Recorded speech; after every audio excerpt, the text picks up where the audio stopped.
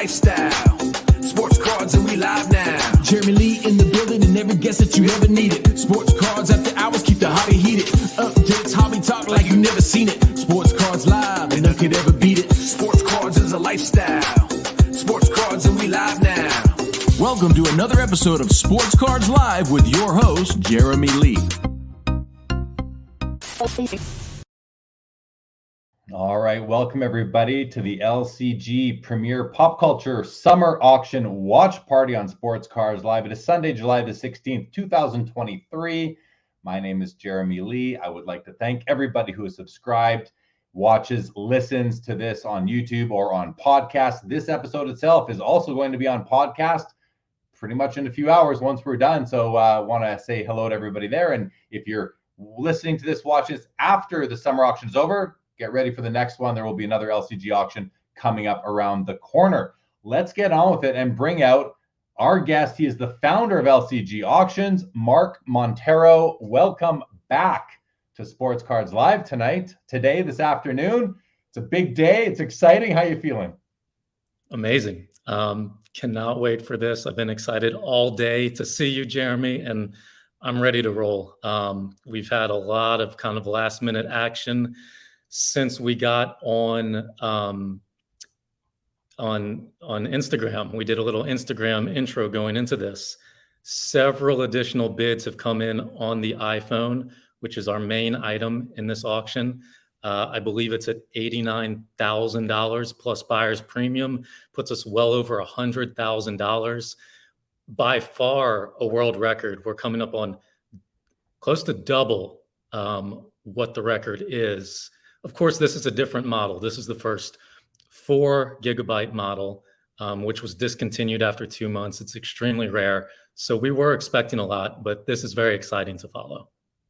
Yeah, I mean, that's amazing. Like, what kind of collectors are you expecting to buy this particular iPhone and the other ones? Because I'm looking at the auction right now. There's actually 4 different iPhones in the auction today, and one of them is the first 4 gig. You've got the first 8 gig release, then you've got the first 16 gig, it looks like, and the first European model as well. Is this something where the collector group, are they looking to own one of each, kind of like collecting a set of sports cards?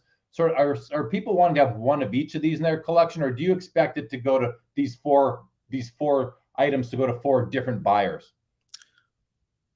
Some are after the complete set. Now, the complete set would be kind of tough because of the 4G. And believe it or not, the 16G is extremely rare as well. The 8 is the easiest to get, and that's the one that we've seen repetitively now in auctions. You know, after a record sale, things come to the market, and the 8G is the one that has come to the market the most. And we've seen those selling usually between 30 and 40 since our last sale of 63. There have been some variations of that. There's a second release. 2 of the second releases went closer to 20. So it's kind of been all over the place. But in this auction, we have something for everyone. If you just want, an example of a first generation factory sealed iPhone, look at the 16 gig. Look at the first European model. These are more affordable models that, not anybody, but most collectors that bid in our auctions can afford. Great display piece, great talking piece. We have something for everybody. And if somebody wants to scoop all 4 up, be my guest. I just refreshed the page, and the lot number 2 in the auction, which is the 4 gig, it went from 61,000 to 89,550 when I literally just refreshed it. That was and now I refreshed again. The 8 gig just went from 29 to 33,000. So I mean, these things are continuing to command value. We had an 8 gig on the platform last time during the winter auction that we covered together, and here's another one that has found its way out, and it's $33,637 right now, with extended bidding actually kicking in 35 minutes from now. So it is 4:25 p.m. Eastern. Extended bidding kicks in at 5 p.m. Eastern. And I think it's worthwhile right now, Mark, just to kind of explain the urgency maybe for people to, if you are interested in any of these items, in order to participate past 5 o'clock Eastern in the auction, you have to have a bid in on the items you're interested in. If you don't have an item in, if you don't have a bid in on an item you're interested in before 5 o'clock Eastern, you are no longer able to bid during extended. So you have to kind of mark your spot, mark your territory, get a bid in there now. You have 34 more minutes to do that, and then extended bidding begins. Is there anything you'd like to add about how that works, Mark? Right. So you'll want a bid in on each and every item. One single bid on one item won't qualify you to bid on 10 different items. Each of those 10 needs at least a minimum bid. Then you have the option in extended bidding to bid on those again. There's several items in the auction with no bids right now. If you bid on one of those now and you're the only bidder at 5 p.m. Eastern, you will automatically win that item. If the item has 0 bids going into extended, you cannot bid on that item during extended. Those items are dead. So if you see something with 0 bids, get your bid in now. Hopefully, from your perspective, you'll be the only one with a bid in and you'll automatically win it. Otherwise, if you see something you're on the fence about and you see something at a good, it's pretty low right now and there's a lot of value in it, place a minimum bid. It'll at least give you the option during extended bidding. This isn't like eBay. You can't put a bid in at the very end and steal it. You're going to have to battle out each and every item here. So these are going to go for market value. There's no reserves. There's no minimums whatsoever, except for whatever the opening bid is. Everything's going to go for market price. And that's the best thing for collectors, I think. So on any item that has no minimum bid right now, it's like minimum bid for the win is kind of the way I'd be looking at it, because that just might take it. You might hope it does. Again, if you're the only person who bid before extended bidding on an item, that item's going to end, right? It's over. You win. Everything else will continue into extended bidding. So there's some opportunities there. I haven't scrolled through to see how many items don't have minimum bids, but as I'm speaking right now, I can see the Ghostbusters VHS. The first print has no bid yet. The opening bid is $2,500 on that one. I'm scrolling through. I'm not seeing any more without minimum bids already, Mark. So that tells, there's one again. Lot number 29 is a She-Ra Princess production cell, opening bid of $150. And continuing on, looks like you've curated a wonderful auction here. Everything seems to have, almost everything have bids, at least 90%. It took me to lot number 42 before I found a third item without a bid. That's a Masters of the Universe action figure, Mark. But we did a preview show a couple of weeks ago and looked at all these, and boy, there's some amazing things, and I'm learning what's amazing as we go. We have an expert who's going to join us. He's an expert at Gary Gefter. He's an expert in G.I. Joe and Masters of the Universe. I think you mentioned he knows a little bit about Mask as well. So we're going to get his thoughts on a bunch of these things in just a couple minutes. Or should we bring him out? You ready to bring out Gary yet, Mark? Let's talk about the iPhones just a bit more. Well, in the last 2 minutes, another bid came in, Jeremy. We're at $108,000. We've now more than doubled the all-time record, inclusive of buyer's premium. Really an unbelievable sale. This is it right here, everybody. This is what Mark is talking about. This lot number 2, the featured lot number 2, the iPhone 4 gig first release in 2007 is now a current bid of $108,356, plus the buyer's premium as well, Mark. So it's actually going to set a record that is significantly, at least 20. What is the buyer's premium on LCG? The buyer's premium is 20%, so it's 20% in addition to the 108. So it's already at about $130,000 for this first release 4 gigabyte iPhone. Does the market have any idea or concept as to how many of these might be floating around out there? We're setting the market right here. This is the first one sold at auction. I do know of one prominent person in the hobby, Jeremy, that everyone would know he's got a very big business. He owns one and it's not going anywhere. Other than that, I feel like I've seen one at like a year and a half or 2 years ago on Instagram. Other than that, you know, this is the first one to come for public sale at a major auction. So we're setting the market right here. Very exciting. This one's been on television. This one's been featured in news articles. It's a lot of collectors were waiting on the sidelines. You know, they were waiting to see kind of how the market plays out. Is there going to be a grading company that grades these? What's the differentiator? How many of these are there? And what we saw is 8 gig, 8 gig, 8 gig, 8 gig. What's going to be different? Now we have the 4 gig that finally surfaces from an impeccable source, directly consigned. This is an amazing item. And as you see, collectors are battling it out. Let's do a quick refresh. I'm going to hit refresh and keep my eyes on these bottom 4 prices on the top 4 lots here. Lots numbers 1, 2, 3, and 4. Just for fun, keep your eye on this navy blue line here, everybody. Let's see if anything has received a bid in the last few minutes. There we go. Refresh.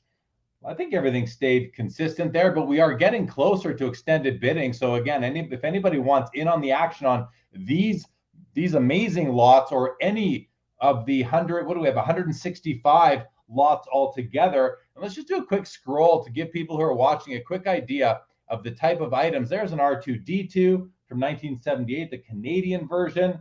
I mean, there's the Jawa with the vinyl cape. As we continue, you have some wrestling superstars. You've got Masters of the Universe, He-Man, lots of Masters of the Universe items. As we scroll through, now we're into the G.I. Joe territory. Our special guest will really like talking about this stuff. Can't wait to hear what and just be educated by Gary when we bring him on shortly. More Star Wars figures here. Darth Vader, Princess Leia, C-3PO. I love this stuff. This is the stuff that gets me really excited. More Star Wars, some Star Wars VHS tapes that are graded. More Star Wars droids, Transformers, the vehicles, the play sets. Wow, so much cool stuff. And an original Nintendo Power magazine and a Final Fantasy game. That's pretty cool. Or not issue number 1, but an original Nintendo Power magazine. Some more VHS tapes, all important movies: Rocky, Indiana Jones, Home Alone, Top Gun, Nightmare on Elm Street, Halloween, Jurassic Park, E.T. E.T. a bid of $389 right now. Superman, Coneheads, Forrest Gump. Coneheads doesn't have a bid. That is right for the taking, everybody. $50 to get your bid in the next 25 minutes or so. Might take that home for $50. Same thing with Ghost right there. Yeah, Airplane. Oh my gosh, Airplane. Come on, Mark. I mean, this takes me back. Stripes, Up in Smoke, Beverly Hills Cop, one of my favorite movies of all time. $20 can get you a graded Beverly Hills Cop VHS tape. Makes a great display piece, as do a lot of these items. Any more bids come in the last minute or so here on any of the featured items? Mark, looks like we're still holding steady here. Yeah, we're holding steady. We have about 25 more minutes. Now, I mean, look at lot number 2 and then look at lot number 4. They're both first generation iPhones. One was released in June.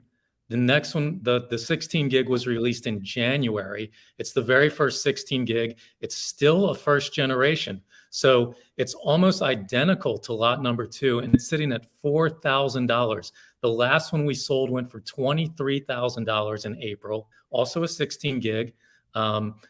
You know, think about placing, just a minimum bid on some of this to give yourself the option in extended bidding. There's some deals to be had, and you will not have an option if you don't have a minimum bid in there. So the European is great value, lot number 5. Lot number 4 is great value. And then we're getting a little more expensive going to lot number 3. Let me take a second to talk about lot number 3, Jeremy. Lot number 3 was consigned by the director of the Macworld presentation for the original iPhone. You remember Steve Jobs, when he first introduced the iPhone, there was that Macworld presentation, I believe in San Francisco, got a ton of media coverage. This iPhone was a gift to the director of that event that Apple gave him. He consigned that directly to us. That's his. There's a letter of authenticity with it. It's a great piece. So one to keep in mind and to keep an eye on. I mean, that the provenance on that, taking you right back to the original announcement by Steve Jobs and the director of that event, this was his gifted copy to him. It might have, I mean, I'm in a perfect world, Steve Jobs would have handed that to him and said, thank you very much. It probably came in some sort of swag bag for him or something like that. But that's really cool that it's like a ticket, like a ticket to an event that was at the game. The ticket was at the game. This particular item I'm guessing was likely at the event when it was announced.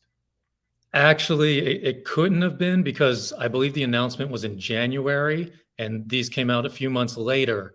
But it was a gift from Apple to the director.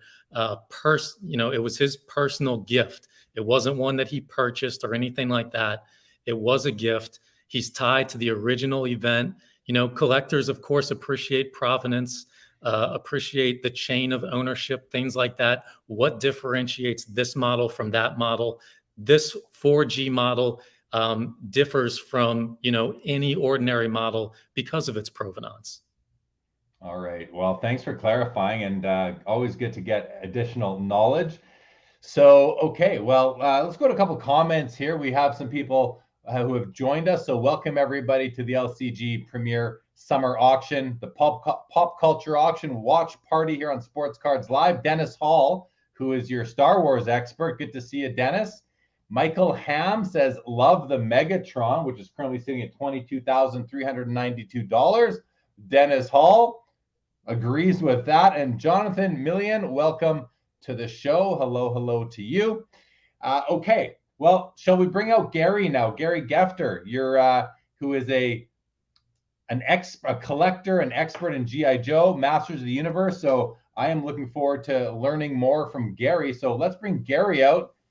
Gary, welcome to the show. Welcome to the watch party here on Sports Cards Live. And well, first of all, how are you? I'm great, Jeremy. Thanks for having me. Yeah, you're welcome. You're welcome. It's nice to meet you. And I must say, the first thing I noticed was your background. You are living the life right there, my friend. It looks like Nirvana for you. What's going on around you right now in this room? I mean, it's a passion. It's a hobby for sure. I've been doing it for just a little over 12 years now. It's great. This used to be an office. There's no desk in here now. There's one chair that I'm currently sitting in, and just every wall is covered in shelves. And I'm constantly buying and upgrading and plugging holes. And I mean, initially, I only collected Masters of the Universe. And then once you acquire the entire line, what do you do after that? So you venture off here, you venture off there, you get into G.I. Joe, Transformers, Superpowers, Mask, all the amazing things that were a huge part of my growing up. And to be able to hold in my hands an action figure or a toy that I had when I was a kid brings back so many memories. I remember playing with them, with friends, with relatives, with my brother. So to be able to own it now and look back at it brings me back to a happier place in time. So I'm just going to surround myself as much as I can with as much of it as I can. I love it. That was my dream, was to one day, in my house, have a room with no windows, 4 walls, covered from floor to ceiling with my collectibles, sports cards for the most part. I would definitely have a few action figures on there as well. And have a nice chair in the middle on a swivel that I could just sit back and just kind of just sit literally immerse yourself in your collectibles. That's a dream of mine. You're living it right there. That's awesome. You said that, once you completed the whole line of Masters of the Universe, you looked for the next thing. And that to me sounds like a real collector. It sounds like you have the collector gene, and it is far from dormant inside your body. You talk a bit about the collector in you and what motivates you and what drives you, what excites you so much about collecting and especially collecting these things that you love? So really the collecting aspect, it's like a sickness, right? So it's the hunt really that gets the juices flowing. When I finished collecting the Masters of the Universe line, I realized after looking around, there were a lot of toys from that line that I had sitting on my shelf that I didn't even have as a kid. I didn't even know they existed. So I quickly completed the line and then realized there are some figures here that I don't have that nostalgic tie to. So I'm going to let those go. I call them the fat of the collection. You trim the fat and you use the proceeds from the fat to start buying other items in other toy lines. So I am not a completist. A completist by definition is somebody that wants to have everything in the toy line. I just buy what I like now. Most of it is what I used to have as a child. A lot of it, I mean, there's still things I find out today that I'm like, that's cool. I never had that. Now I want to get that. As far as Transformers, they were too expensive as a kid for me to have. I never had any Transformers. All my friends did. All my neighbors did. I didn't. And then I started collecting, and I started off with Masters of the Universe, went to G.I. Joe, went to Masked and Superpowers, then comic books. I sold off a large portion of my collection to start collecting comic books. And then after I grabbed a few of the ones I really liked, I went back and replenished all the toys that I sold. And as you can see right there, there is a window in this room, but I've covered it up with blackout blinds and started acquiring actually a lot of my Transformers directly from LCG. It just seems to be the best place to get them. They have things that the forums and the collecting groups and eBay just don't carry. They're coming directly out of other collectors' collections, available directly to the public. So where else are you going to get stuff that high end, that good condition? My sole thing is I want the item to display well. I know a lot of other collectors collect differently. A lot of people want the highest graded example. I just want it to look nice. I want to know that when it's on my shelf and I look at it, that it appears the way that I remember it from my childhood. I love that, man. I love so much of what you just said. I took a few notes because I just wanted to not forget. So you talked about the chase. You love the chase. I'm curious, like for myself and what I passionately chase after, I can spend hours a day immersed in the hobby. How much time are you spending immersed in the chase and the research and being educated and helping other? I'm sure you answer questions for other people too. If you're a known expert, how much time are you spending on a daily basis in the hobby? So it's almost all day, right? So I have a primary job that occupies a lot of my time, but even during the day and mid-afternoon, someone will reach out to me. Hey, have you ever dealt with this guy before? Hey, have you ever seen this? Does this look real to you? Hey, do you know anybody that has this item? I'm looking for one. So I'm doing a lot of communication with the community. I'm also doing a lot of searching. I might have like a dozen or 2 dozen saved searches on eBay. I'm constantly refreshing and looking, just like I'm refreshing now the LCG auction to try to find out, what items are getting the most bids.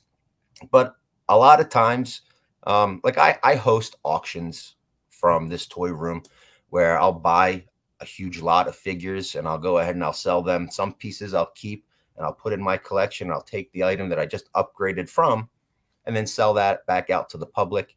So I spend a lot of time. Right. My wife might say too much time. No doubt. Constantly looking, constantly trying to find the next best thing and trying to find it for a good deal also, right? Don't we all? I hear you. Before I get to my next question, I want to check in with Mark. Mark, any updates, anything going on you want to mention before I continue chatting with Gary here? Nothing huge. We're just kind of going slow and steady here, going into extended, those that have their bids in already. The veterans know the drill and they're ready to go. But we also have a lot of new bidders, that we've acquired that are new to the hobby, not just, online auctions, but new to the hobby. You have to have at least one bid on each item of interest in order to bid during extended. Very important. I have had calls where guys have been shut out of big time items that wanted to bid during extended that did not have a bid in. In fact, there was Gary will know this piece, an AFA 85 Boulder Hill. It's a mask playset. I believe it's the only AFA 85 there is. This guy calls me during extended and wants to place a bid, and he's a big buyer, very serious. But we couldn't grant him that because he didn't have a bid in prior. So don't be caught in that position. I learned the hard way myself. I'm a participant in auctions, sports cards, sports memorabilia, also toys here and there. So I have been in that position where I wanted to grab something that looked like an absolute steal during extended, and I could not bid on it. And it's the most frustrating thing in the world. I think Gary's been in that position. Jeremy may be a little too intelligent to put himself in that position, but don't put yourself in that position. Go through. I just saw a Snake Eyes, I think 34 back, 36 back, like $1,000. These were going for what, $2,500, $3,000 all day for years. So there's something like for everybody in this auction. So go through, sort by lowest price if that's the position you want to enter in.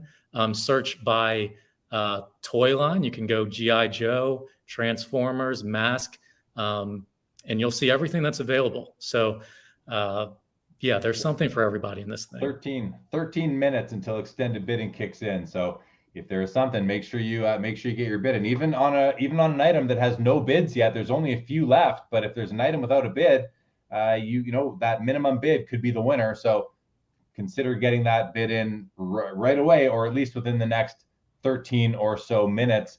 Extended bidding kicks in at 5 o'clock Eastern, and then if you don't have a bid in, you are shut out of bidding. At least in this auction, you'll have to wait for new items the next time. Yeah, Mark. Jeremy, if we could go through the platinum lots, those are the most prominent lots in the auction. They're generally the most expensive, but it's a combination of popularity, kind of the iconicness of an item, combined with the value. So if we could just kind of scan through those as we enter the extended bidding period, that would be tremendous. So lot number 1, Gary knows a little bit about this one, maybe out of his price range, but this is one of the icons of the Transformer line, Jeremy. This is an AFA 85 Megatron, a tremendous piece, a piece that we've been trying to get since day one. For 3 years, we've been trying to get one of these. We couldn't even get an AFA 80 factory sealed. This fell into our laps. It was ungraded. We got it graded right before the auction. It came back 85, 85, 85, which, Jeremy, that's equivalent to maybe like a BGS 9.5. The grading nowadays is extremely tough. To get a straight 85 on a piece like this, I'll bet it's been years since AFA has assigned a grade this high for a Megatron. A lot of the 85s that you see are also problematic, which this piece is not. This piece, you see the edges on this piece, Jeremy? The edges, there's no what's called edge wear on either side. It's perfect down the edges. The tape on each side is factory sealed. There's no flap crease on the back. This example is one that's going to go into a collection for many years. I assure you that the winner of this is a very serious collector, has been waiting for one of these to surface. Here it is. Here's the opportunity. We estimated it between 20,000 and 40,000. I personally believe it would sell between 30 and 40,000, potentially higher if there was a bidding war. But I personally have it between 30 and 40. We'll see where it goes, but this piece is not one you can replace. The guys that have this, I thought more would come to the market when we started selling Transformers at a high clip. Nobody would part with one. I mean, nobody. So to get one, it's the #1 lot in the whole auction. It's on our homepage. It's the featured piece. Super excited to offer this, and a tremendous opportunity to a collector that wants to add it to their collection. All right, good description. Do you want to spend that much time on the next 17 items, or do you want to kind of run through some of these here? Well, we can go in 10 minutes. We can go over them briefly. Let's scroll down real quick to the Star Wars. I want to hit those. They're kind of underpriced. So first we have the Bell display. This is a very very desirable piece for Star Wars display collectors. 41 Bell, 1981. This one's an AFA 90, which is an impossible grade. We sold a CAS 85, I think 2 years ago for $15,500 in one of our early auctions. This is a 90. It was recently graded, just an impossible grade. I believe it's the highest one that's been graded. There's been a lot of late action on this piece, so collectors are watching, but that's a big one. The next Star Wars piece is an action figure, the Vinyl Cape Jawa. That's an iconic, one of the most expensive. You go on any list on Google, most expensive Star Wars action figures, Vinyl Cape Jawa is going to be up there. This is a retail piece. His cape is vinyl, not cloth. This one's unpunched. If you look at the punch hole at the top, it's still intact right there. Perfect. This piece, it sells usually, I mean, an AFA 85 with a 90 figure subgrade, just so hard to get. The last AFA 85, I believe it went in the 30s. There was an AFA 75 that went for $37,000 about a year and a half ago. That was the peak of the market. They've gone down a little bit, but an 85 has been the best to hit in quite some time. Super exciting piece. Next to that is the Yak Face. This is another one of the most expensive. This is one that came late in the Star Wars line. I believe it's a Canadian release. We sold one for $22,000 1 year ago. It was an 85, 85, 85, the one that we sold. This one is an 85, 85, 90. This is the highest graded one to hit the auction block that we could find. So one like this has not hit the market that we're aware of. A ungraded Yak Face just sold recently in Europe in a European auction, I believe for around $12,000. I was a bidder on that one, did not win. It was about equivalent to a 75. It was raw and ungraded, and it went for about $12,000. One more Star Wars piece is the R2-D2 from Canada. I was asking Jeremy about this one in our last live. I found out a little bit more information about this. This is the highest graded piece in existence. There's only one AFA 90. The next grade drops down to an AFA 80. So there's a huge disparity between this and the next one. Our last two auctions, we've had a Luke Skywalker Canada and a Boba Fett Canada. Both went for really nice prices. Here's an R2-D2. Early R2s are very coveted. The last one was in an auction recently, an AFA 85 American version. Went for a record $17,000, which surprised everybody. Here's a 90, not an 85, a 90. So Canadian collectors are going to be taking a close look at this one. It's only at $4,000 right now, so lots of room for that to go. We also, okay, and that's the end of the featured items. Did you want to backtrack here and talk about any of these other ones? Let's go ahead and jump to G.I. Joe real quick, Jeremy. I want to, and Gary's going to be able to talk about G.I. Joe, but I want to go over 3 items very quickly, and they're the first 3, it looks like. The Mobat straight arm. Have you ever seen a factory sealed straight arm Steeler before, Gary? No, I haven't. So yeah, this is one of the earliest releases. It's 1982. This one, the figure inside of here, Jeremy, his arms are straight. They don't swivel. I mean, this is a piece that almost none of the hardcore G.I. Joe collectors have. So for this to surface is super cool. I know a lot of guys are watching this one. And here it is. So if you don't have a bid on this, get in so you'll give yourself the option during extended. But the Mobat with the straight arm Steeler action figure and an 80, I mean, there's certain items in this auction where you're only going to have one opportunity. And I think this is one. I think the population is super low. It's probably factory sealed. It's probably less than 5 across all grades, if I had to guess. Wow. And I just noticed that you could have had this back in the day. I think it said $17.97. Yeah, it's got the original Toys R Us sticker now. Okay. Amazing item. It's currently at $37.95. The next GI Joe that you want to look at was this dual action figure right here. This is let's go over the next two, and then we can kind of freestyle a little bit. GI Joe Crimson Guard Commanders in an 85. 85 is an impossible grade for this piece. Gary will tell you, I'm almost certain he hasn't bought or sold an 85 Crimson Guard. $2. I personally have seen another recently. I personally offered $5,000 and got turned down for an 85 Crimson Guard. This was about a week ago.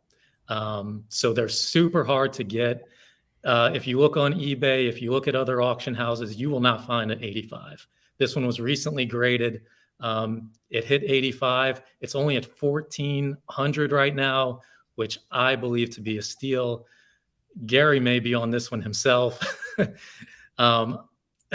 So yeah, this is one to keep an eye on for sure, and maybe put a last minute bid. The next one is very similar as well. An iconic character. Serpentor was kind of the main bad guy in the G.I. Joe movie from 1987. This is an 85. I know before this one, I had only seen one before, and I had lost my memory of it. But Gary actually sold an 85 years ago, probably regretfully. But I had not seen another one until this. A consignor sent it at the last minute. It's an awesome piece. This is an iconic villain, iconic to the G.I. Joe line, similar to Snake Eyes, similar to Cobra Commander, similar to Sergeant Slaughter. This is kind of a must-have piece if you're collecting 1986 G.I. Joe. Maybe Gary can speak about it.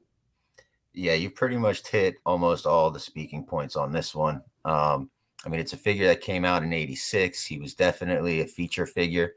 Also, you know, a dual pack or a gift set, vehicle and action figure. You also mentioned that he was properly featured in the movie, which also brought him then. They tied him into the cartoon after that as well. And if you were a fan of Saturday morning cartoons, you just wanted to have all the action figures so that you could recreate battle scenes and do all the things that us kids do when we were little. But an AFA 85, yes, I did have one in my personal collection, which I let go of way back in the day. Do I regret it? I do. But over the years, collecting focuses change. You're okay to let something go at one point, where at one point you would never let it go. That's just a great item, and definitely well under market value at the moment.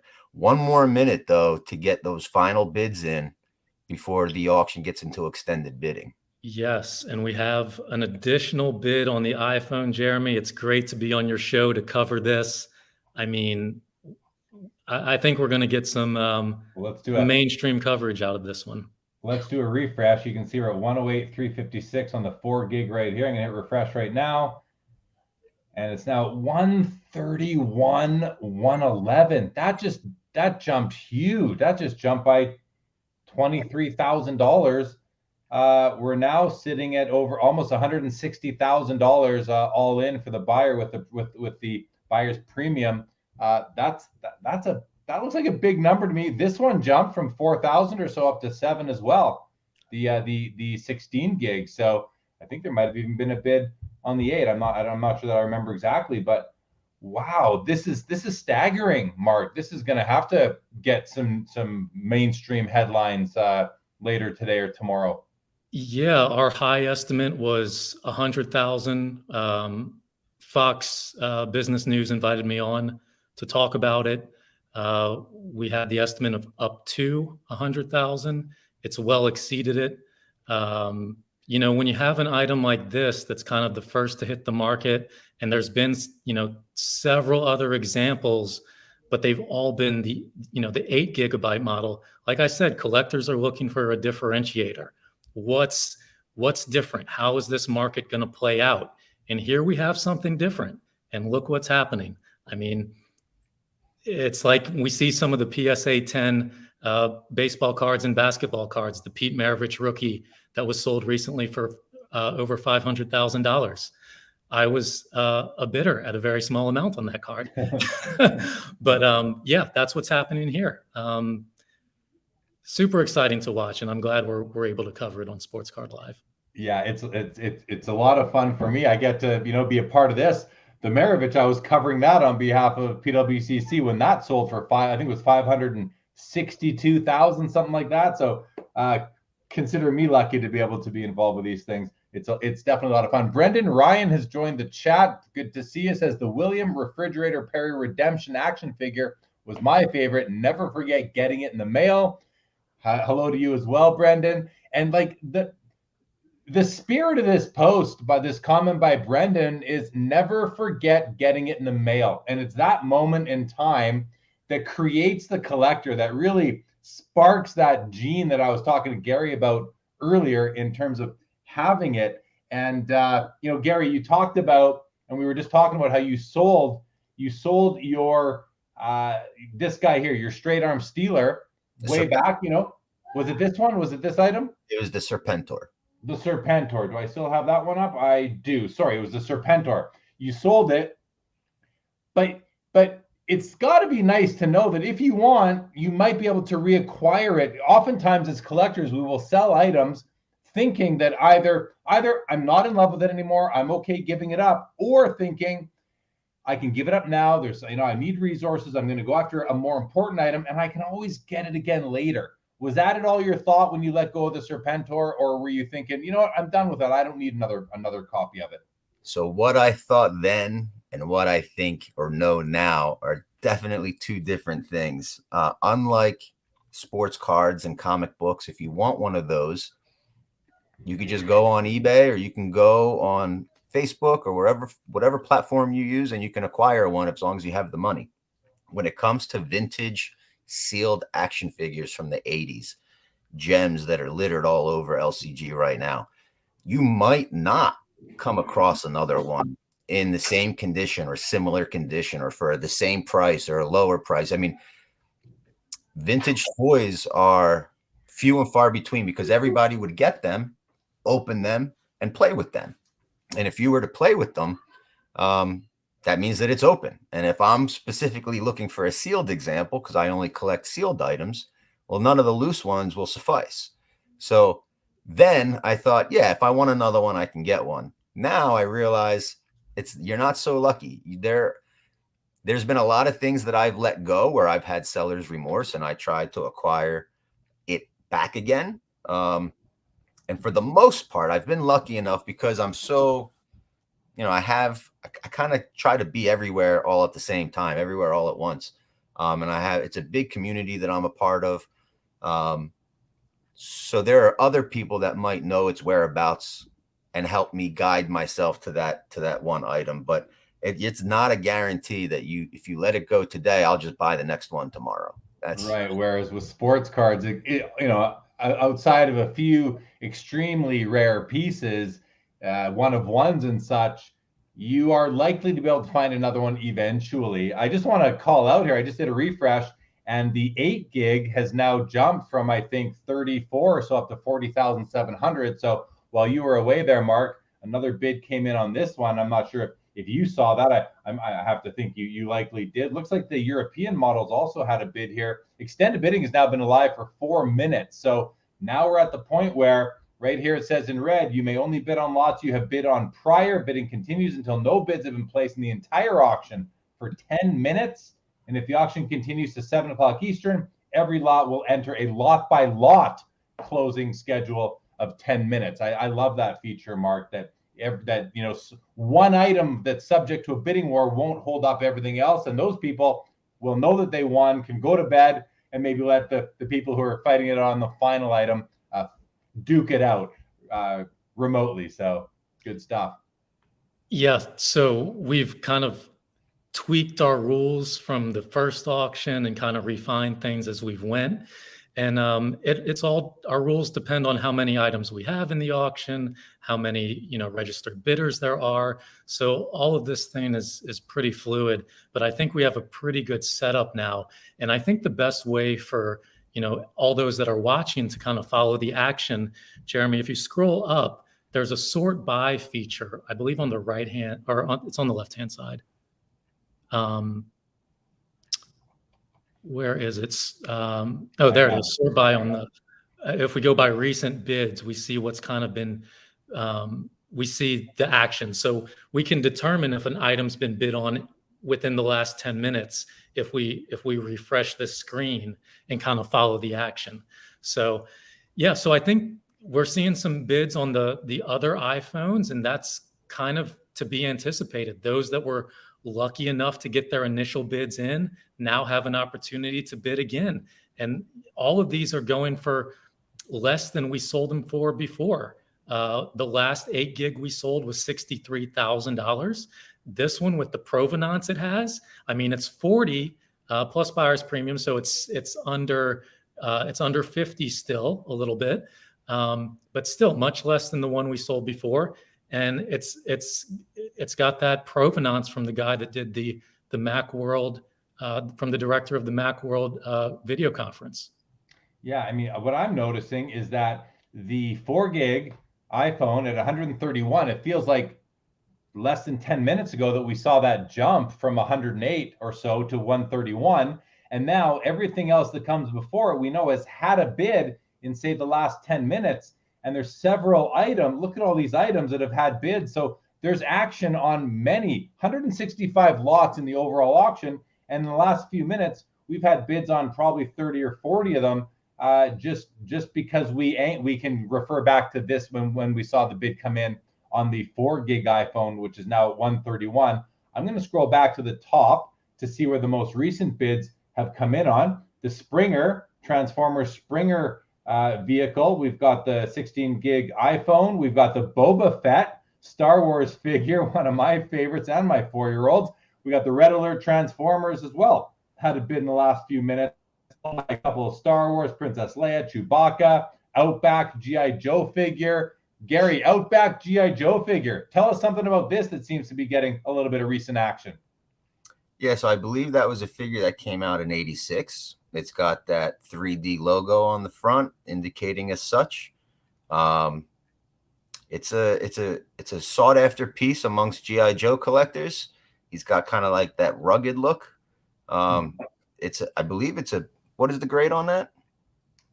This one is let's just skip ahead in the pictures. This is an 80 plus. Yeah, so the card received an 80, the bubble an 85, and the figure an 85. So this is actually a really nice example of this particular piece. Gary, question for you, ties into a comment we just had from Brendan Ryan in the chat. I'm going to ask you my question, then we'll get to Brendan's, which is, of the 3 subgrades here, card, B for box, B for bubble, and F for the figure inside the bubble and on the card. Which of these 3, within toy collectors, is there a general, is there a best practice or a general favorite among the 3 subgrades? In cards, it's usually centering. What's the hierarchy here between these 3 for toy collectors, Gary? So in the toy collecting community, it really depends on your collecting focus, right? So there are some collectors where the card is everything. As long as the card is in good condition, they'll take it. But as you see, it gives you, I like the fact that a lot of the grading companies will break it down by category, the card, the bubble, the figure. It is a culmination of all 3 grades that attracts a buyer to actually pull the trigger on any particular item. Me personally, believe it or not, when I started collecting, the card was the most important because that actually carries the most weight. There's more card than there is bubble. There's more card than there is figure. So that will justify the overall grade. The grade is not always an average of the 3 subgrades. So if there's a crease on the card, than the card, the overall grade, even though the card might be graded a 60 or a 70. The overall grade might not reflect as such. However, over the years, I've noticed some of the bubbles have yellowing or cracks. And when I have, several pieces displayed on a particular shelf and I see a yellow bubble, that's a turnoff for me personally. Sometimes I can't hide that fact because, well, if the bubble is yellow and somebody starts looking at the collection and they go, oh, well, why is that one like that? Well, it could happen because of plastic degradation inside the figure or the bubble itself. It could be that it was exposed to UV light. It could be that it wasn't stored properly. And there was a lot of heat and then cold and then heat and then cold, causing the figure to sweat inside. So right now, my biggest thing is the condition of the bubble. The bubble, I consider it like the soul of the entire piece itself. And as long as it displays nice, I'll put it on my shelf. The soul of the bubble is the soul of the entire piece. I like that line, but I also like how you said there's more card than there is figure, and there's more card than there is bubble. And as a cardboard collector, first and foremost myself, I can understand the love for the cardboard. But I will also say, and this is something you said when we were getting started, was that, you just want it to, and you've said it since, you just want these things to display well. And with, and I'm always, as an individual in the hobby, in the sports card world, and now, doing auction coverage, as I am learning about other genres and collectible categories, my frame of reference is sports cards. So I'm always looking for similarities so I can really start to conceptualize and understand how these other collectible categories are viewed by their collectors. And so the card, I can understand being very important, but now as with sports cards, there's a big movement towards eye appeal and not worrying so much about the technical grade. Does it present well? So while a G.I. Joe figure with a background card like this one right here, the Outback, while this card might have a crease on it somewhere that you can't really see unless you're moving it around under the light, but when you hang it, Gary, in your office, which we can see behind you right now, I'm going to spotlight you here again so people can get a better look at your background. Like, you aren't going to notice a crease on one of those cards unless you take it off your shelf and move it around. So what are your, is that part of the reason why you've moved way more towards the bubble being the most important piece? And the figures, the figures are untouched as it stands. So how bad can they really be inside anyway? But please, if you don't mind responding to that. Yeah, I mean, you hit it right on the head. I mean, that's the way that it is. I just want to quickly touch on Brendan's last comment, the one that you pointed out about the refrigerator Perry. Oh. I actually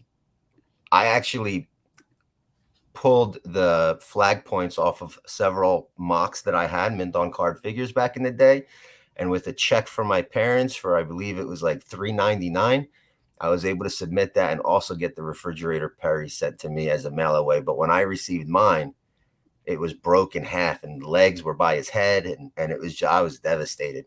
But to get back to your point, yes, the figures, again, this is just my opinion. And I do have other collectors say the same thing. They would prefer to have a piece that displays nice rather than the grade. And in the toy collecting community, as well as the comic community, you often hear the phrase, buy the comic, not the grade. Buy the toy, not the grade. And I tell people that all the time. Don't be so hung up on the grade. There's a lot of people that are buying and they will take all of these pieces to the grave with them. They're not planning on reselling them. So the value that's associated with those high premium grades matters to some if they plan on reselling. Like, I'm not going to take all of this to my grave with me. And I do plan on, when I get to the age of retirement, to let go of most of it. I'll still hang on to a few pieces that mean a lot to me. And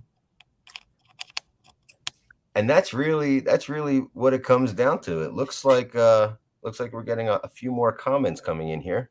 Yeah, well, let's go to them. So we've got Brendan Ryan here says, question for the company's grading action figures, is there a universal grading scale standard? I'll put this to you, Gary. For the company's grading action, is there a universal grading scale standard? So, I mean, there are multiple companies out there. There's CAS, otherwise known as CAS. There's AFA, otherwise known as Action Figure Authority. There's one overseas in the UK called UKG, United Kingdom Grading. I wouldn't say that there's a standard. I know that some grading companies, because they've been around longer, like Action Figure Authority, otherwise known as AFA, they tend to yield more of a premium on some action figures. But now with the emergence of these other companies like CAS, they've been around for a while. I think 2015, so almost a decade. A lot of people are starting to submit their way as well. So as far as a universal grading scale standard, there's a vintage grading scale and there's a modern grading scale. Everything that I submit is along that vintage scale. There are collectors today, if you go to your local, I was going to say Toys R Us for a second, but if you go to your Target or your Walmart, there are new figures that are being released by these companies that people are rushing to buy. Personally, for me, that doesn't really have the nostalgia that these figures have. Even though Masters of the Universe is being re-released today, the new stuff doesn't get to me like the old stuff does. So it's so similar to sports cards. There's re-releases, there are tribute cards, and it's the original stuff that people certainly want. And as for the question that Brendan posed here, it seems to me to be almost exactly the same as in the sports card world. You've got several grading companies in each category, cards and toys, and they each have their own standards, and it's probably not universal. And I don't know that if it was universal, I think it would almost take away the opportunity for one of these companies to differentiate themselves outside of just the packaging or the slab or the encasing that these things go into, even though it would be likely preferred. Mark, what's going on? So to answer Brendan's question, I think what he's asking about is if the grading scale is kind of the same across all grading companies. And yes, that is the case. So UKG 85, CAS 85, AFA 85, all of those are relatively the same. And that grading scale, the 70, 75, 80, 85, that's the scale that all the major companies use. So I think that's kind of what he was asking about. So I just wanted to be clear with that. Yeah, and that makes good sense. And that's similar to sports cards. You've got a 10-point grading scale by all the human grading companies. Now with a company like Tag Grading introduces a 1,000-point grading scale. But as far as the common scale, yeah, that makes sense. And thanks for clarifying that, Mark. Yeah, go ahead, Gary. There are some grading companies now that grade comics. I don't remember the name off the top of my head, that's actually using AI in combination with human eyes to grade their pieces on the same grading scale, but there is the potential for human error when you grade somebody. You want to make sure that guy is having a good day that's going to be grading your piece. But when you start introducing artificial intelligence, it really takes a lot of the guesswork out of it, and you can really start to grade a piece based off of its actual condition, as opposed to the person who's grading it and their mood that they're in. Yeah, and a better word, artificial intelligence, I think we use very loosely. I think the term is automated. Computer automated grading is which offers consistency and reproducibility, and as such. So let's go through a few more questions that have come in here. First of all, Dexflow says toy collectibles are the next thing booming. Well, that's good news for the collectors in this area and companies like LCG. Vintage Card Collector says, if you display figures standing up, is there a risk of the bubble loosening off of the card over time? Gary, what have you noticed in terms of that? So if the bubble is firmly attached to the card, I have not in the last better part of a decade seen any issues. However, if the bubble is barely hanging on, if the figure inside the bubble has a significant amount of weight to it, can that happen? It may, it could. It's very unlikely, especially if the item is just sitting on my shelf and it's not being moved. However, I'm the type of person that likes to continuously rearrange my collection. I don't even think it was displayed this way maybe 2 months ago. I'm constantly moving stuff around. If I get one more G.I. Joe figure, I'm going to have to move something. If I get one more Superpowers figure, I'm going to have to move something. But I'm in a temperature controlled room. If people are displaying things in their basement or their garage and it's not temperature controlled, that heat and that cold, getting hot could play tricks on the glue that's holding the bubble attached to the card. So yeah, there is legitimacy in what Vintage Card Collector had stated. Be careful, but I mean, enjoy exactly. Your collectibles too, but find that balance, because it's, there is significant money being spent on some of these things. So you definitely want to respect the condition, yet enjoy it. Maybe just put it on a slant, lean it against something instead of hanging it from their hang tabs. Dex Flow Toys here says, I spent more on my AFA 80 Optimus Prime than any sports card. I wouldn't move that even if I was offered 10K right now. He doesn't tell us what he paid for it, but I'm guessing less than 10K. So, but it's not, listen, I mean, just because you are a sports card collector doesn't mean you can't collect other things, and vice versa. That's for sure. And I feel like if you have that collector's gene, you love nostalgia. Nostalgia drives you to desire. Gary, do you get like when you are about to win an item, or you've won it and now it's in the mail coming to you, or you go onto your phone or the site where you bought it, you're going to go on LCG tomorrow to look at your winnings perhaps. Do you get that butterfly in your stomach effect that I get when I have cards coming in? All the time. I get it. I look at it. I want to touch it. I want to inspect it. I want to look at the back. The artwork is a big thing for me. There's a lot of amazing artwork on these boxed G.I. Joe figures, on the front of the Superpowers figures, on the back of the G.I. Joe figures. I mean, the artwork is huge for collectors and people that are trying to tie them back to some type of feeling they had back in the day. The one thing I like to do the most is I get the most enjoyment when I have an opportunity to share my newly acquired piece with the community, when they get to see it, when my friends get to see it, when my friends here locally that don't collect come in and they go, oh my God, I remember that from back in the day.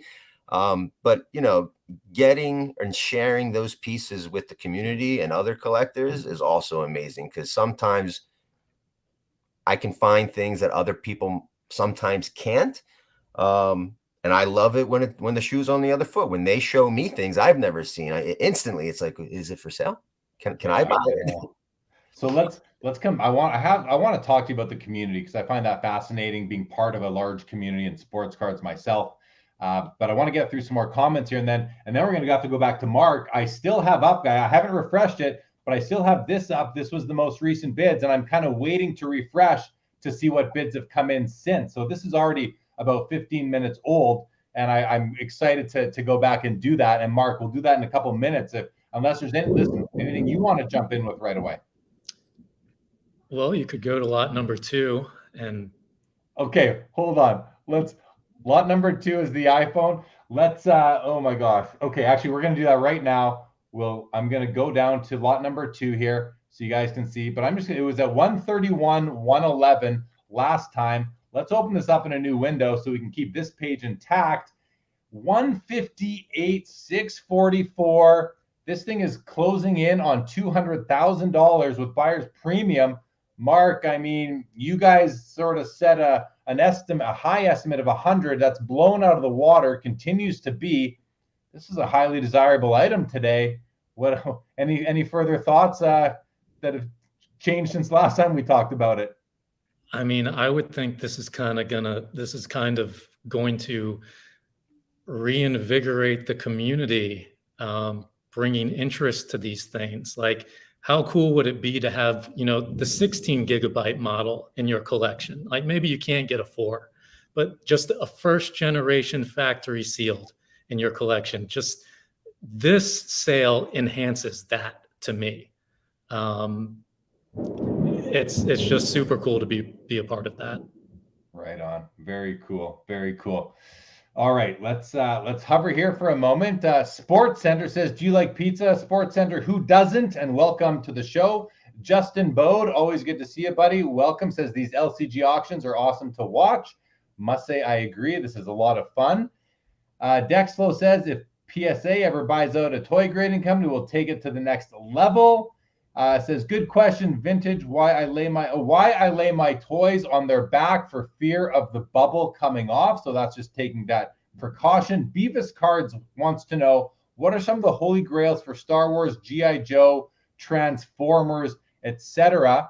I know for Star Wars, Mark, we've got the Jawa is one of them. What are the other ones for Star Wars? So the double telescoping 12 backs, there's 3 of them. There's a Vader, there's a Luke, and there's a Ben Kenobi. So there's 3 with a double telescoping lightsaber. 2 of those are extremely rare. The Ben Kenobi and the Vader are super rare. They've sold for up to, I believe, $80,000. These were retail pieces, but they were released. Not many were released with the double telescoping saber and saved inside the package. Our record sale for a toy is the double telescoping Luke Skywalker in an AFA 90. There's no grade higher than the 90. There's 2 or 3 of them in 90.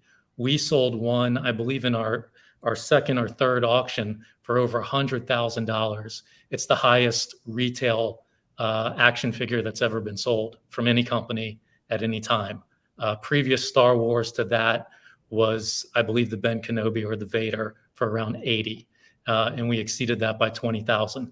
Now, there is a prototype that has exceeded that called the rocket firing Boba Fett. That's a prototype figure that never hit the store shelves. So that's in a little bit of a different category. I believe that one has sold at auction, I want to say up to 240-ish or something like that. But it's gone pretty high.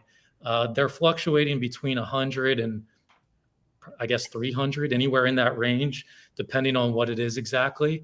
We're looking at bringing one of those to market. That would be a very exciting piece. Right on. Gary, how about you in terms of the holy grails for G.I. Joe and Transformers? Can you provide some knowledge on that, please? So for G.I. Joe, people love to throw around that term grail. For G.I. Joe specifically, what most people consider to be a grail is either the G.I. Joe Defiant, which is like a space shuttle. It's gigantic, as well as the G.I. Joe Flag, which is like a USS aircraft carrier. Those are the grails for G.I. Joe. As far as Transformers, to be honest with you, this graded Megatron that's currently available on LCG is a grail. The population report for sealed Megatrons in good condition significantly lower. I don't quote me exactly. I don't know what the ratio is between Megatrons and Megatrons and Optimus Primes, but there are very few. I want to say maybe 1 Megatron to every 25 or 35 Optimus Primes. It's ridiculous. And to find that way. Right, and to find an example graded this high that displays, again, I'm all about the way it displays. This displays like 100. I've never even seen 100. I don't think they do that, but I mean, this is just a beautiful piece. It really is. Dexflow here says, with G.I. Joe, I know the ninjas are popular. Any truth to that you're familiar with, Gary? They're absolutely popular. Between the Snake Eyes and the Storm Shadow and Firefly and the red, there's a red ninja and a teal ninja. There's a lot of ninjas. They definitely have popularity and desirability. And again, to someone that could be their grail. By definition, grail just means something you've been searching for a long time. Yeah, we throw that term around loosely in sports cards as well. Just like the word goat, we've loosened up the term for sure on that. Okay, why don't we do this? I'm going to get to Dex Flow Vintage. I see your stuff. I'm going to get to them, but let's go back to the main page here. I'm going to share the screen again, and this is now sorted by recent bids. We haven't done a refresh here in I don't know 10 or 15 minutes. It feels like we're now 30 minutes into extended bidding. Let's do a refresh and let's see where the action has been. I'm just going to try and remember where we were. The last time we did the most recent bid was on lot number 127. I'm hitting refresh. And let's go back to lot number 127. When's the last time it received a bid? It looks like it's back over here. Yeah, this looks familiar. So we've had bids on all these items since then. The 8 gig iPhone up to $44,007. The 4 gig up to just under $159,000. Transformers Blast Off, Macho Man Randy Savage, just under $2,100. The Double Dealer Transformer is at $500. Star Wars VHS tape is at $570. Switchblade from the Mask Collection at $4,000. Cobra Viper Glider from G.I. Joe is at $8,633. Continuing on, you guys can see a lot of these for yourselves. Gumball Bank, I remember the Grayskull Gumball Bank from Masters of the Universe is at $365. Continuing on, there's a Snake Eyes G.I. Joe first release AFA 85 at $5,800. The Megatron's at $24,006. Luke Skywalker in a Stormtrooper disguise, $2,300. Darth Vader's at $11,600. Han Solo $7,900. The Mauler G.I. Joe's at $1,500. Here's this is graded, but it's a loose figure, which we had a question from in the chat. We'll get to that. Luke Skywalker at $1,770. And finally, Chewbacca 12 back and AFA 80 is at $1,330. I want to go to the question we have here from, where did that one go? We had someone asking about loose figures, and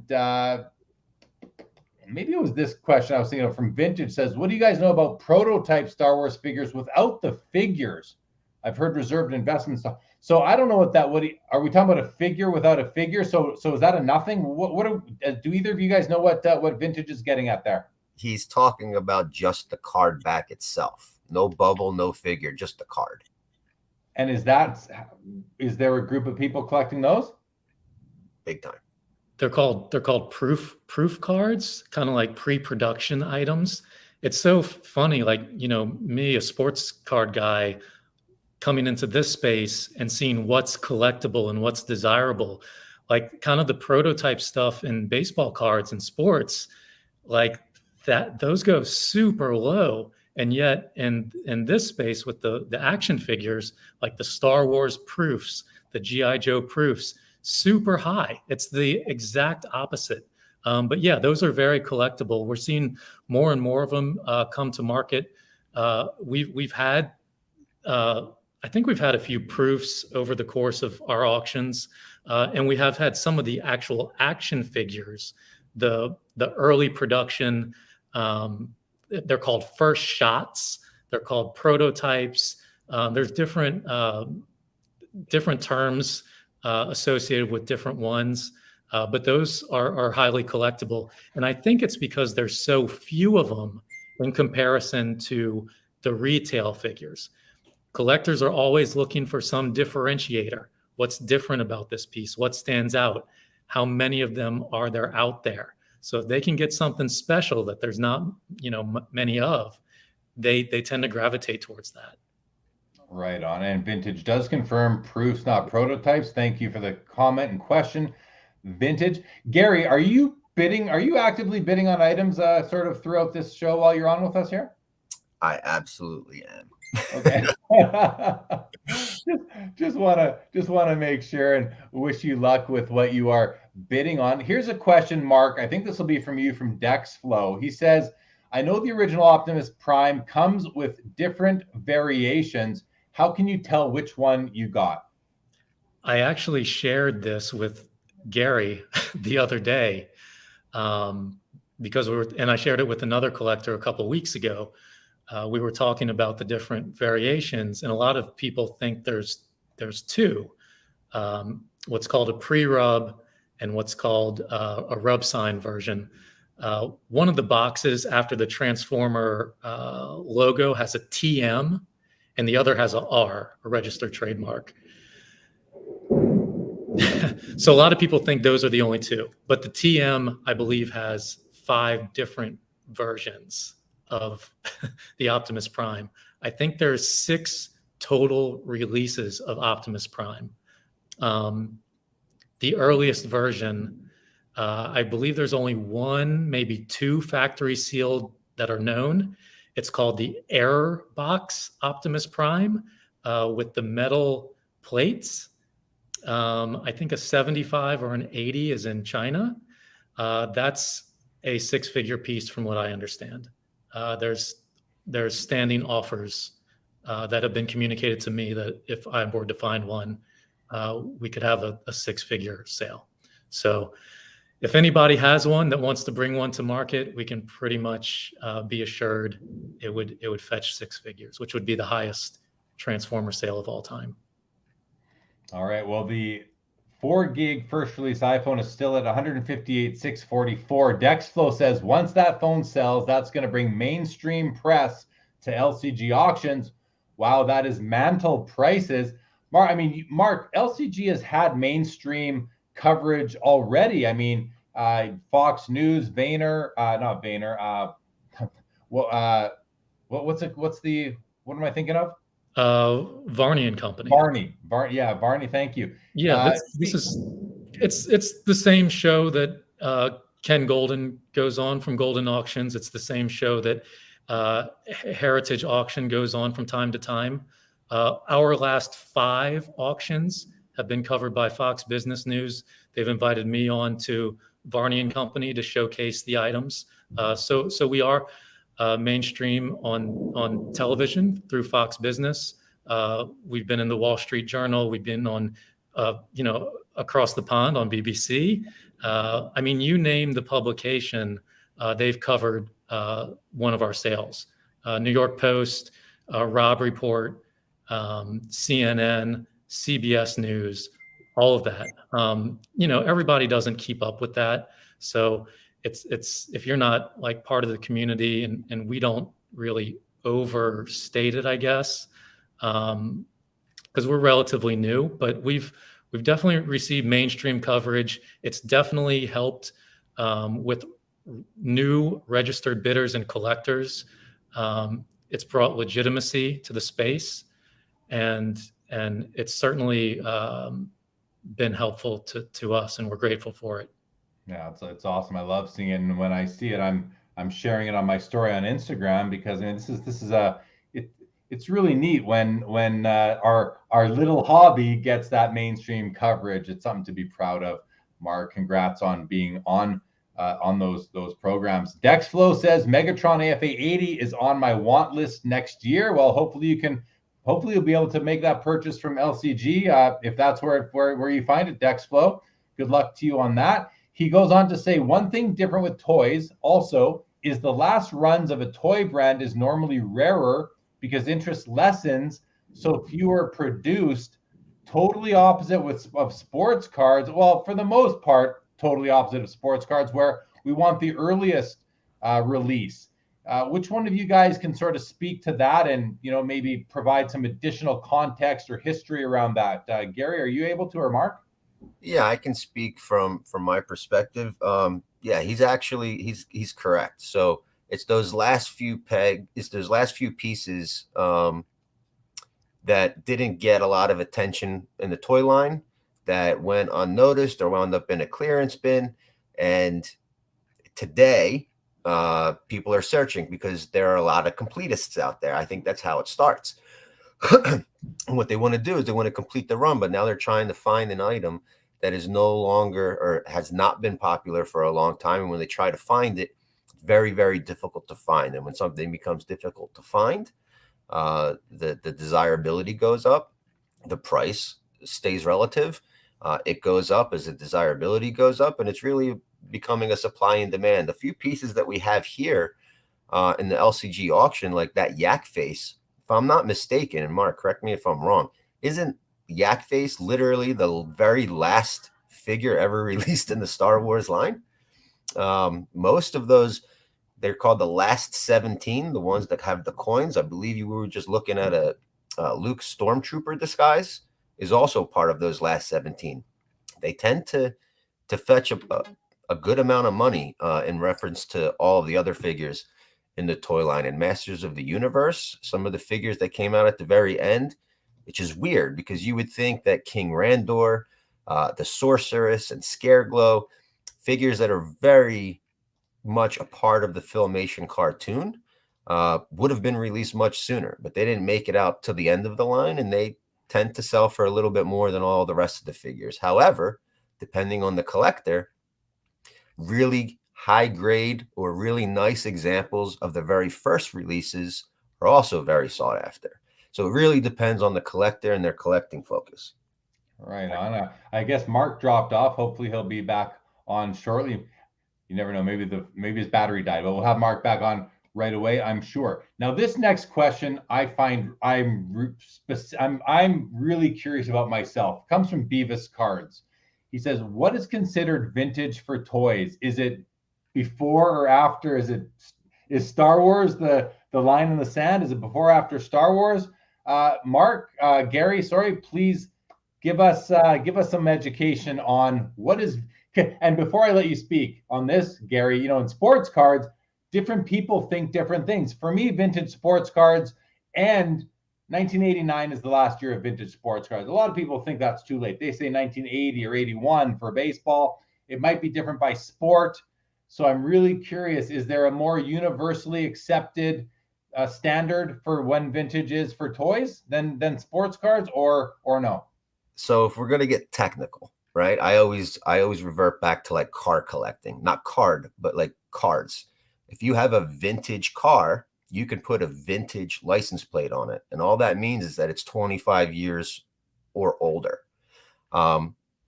Depending on which toy line or which community that you're throwing around the V word in, is going to determine the age in which you're talking about. Because, I mean, when in regards to sports cards, if you're talking about vintage for me would be anything pretty much in the 80s, 90s. But in reality, sports cards go back to the 60s, to the 70s. I'm sure they could even go even farther. So where do you draw the line on sports cards? In regards to collectibles, I say vintage, but really what I mean is anything from the 80s. So I personally collect, in addition to Star Wars, which were released in the 70s, all the way up until the late 80s. Once we get into 90s, I don't really, me personally, I don't collect anything from that era, which is sad because there's a lot of good things that came out in the 90s that I just will never have displayed here in this room. But again, that's just me. Right. So vintage, what's considered vintage? Something that's old, something that's more than 25 years. And then I don't know if there's something older than vintage, right? So there's vintage when it comes to comic books. Vintage is basically you have your modern age, you have your bronze age, your silver age, your golden age. What do they call baseball cards that came out in the 60s? Are they vintage? Yeah. You're vintage from the 1800s all the way up until probably the 70s for sure in baseball. Some people will argue the 80s. As far as toys goes, you know, I can add a little bit to that because there's different kinds of toys. Like we are really talking about the action figure genre of toys here. You can go back and buy vintage, you know, tin toys from Japan, from the US that came out in the 1910s, 20s, 30s. Those would be vintage toys. But as far as the pop culture stuff, to me, that is really the 80s and action figures from the 80s. So in my mind, the way I'm going to frame it for myself is vintage action figures are from the 80s and almost only the late 70s. The first action figures didn't happen until Star Wars. I believe those were the first real action figures massively produced. And they had to rush to get them out. I mean, it was a brand new concept to go to a 3-inch figure when it came to Star Wars. So you just have to watch the Toys That Built America, I believe it, right? Gary, I love that series. Talk about, like, I just immersed myself in that. And then there's the Food That Built America. I watched that as well. But to me, action figures, vintage is the 80s, and then everything that came after it would not be vintage.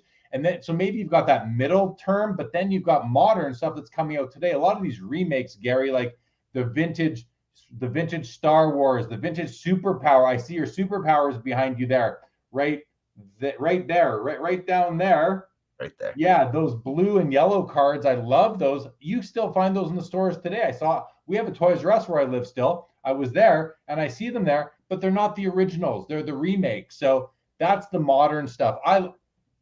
I think for action figures, vintage is the 80s.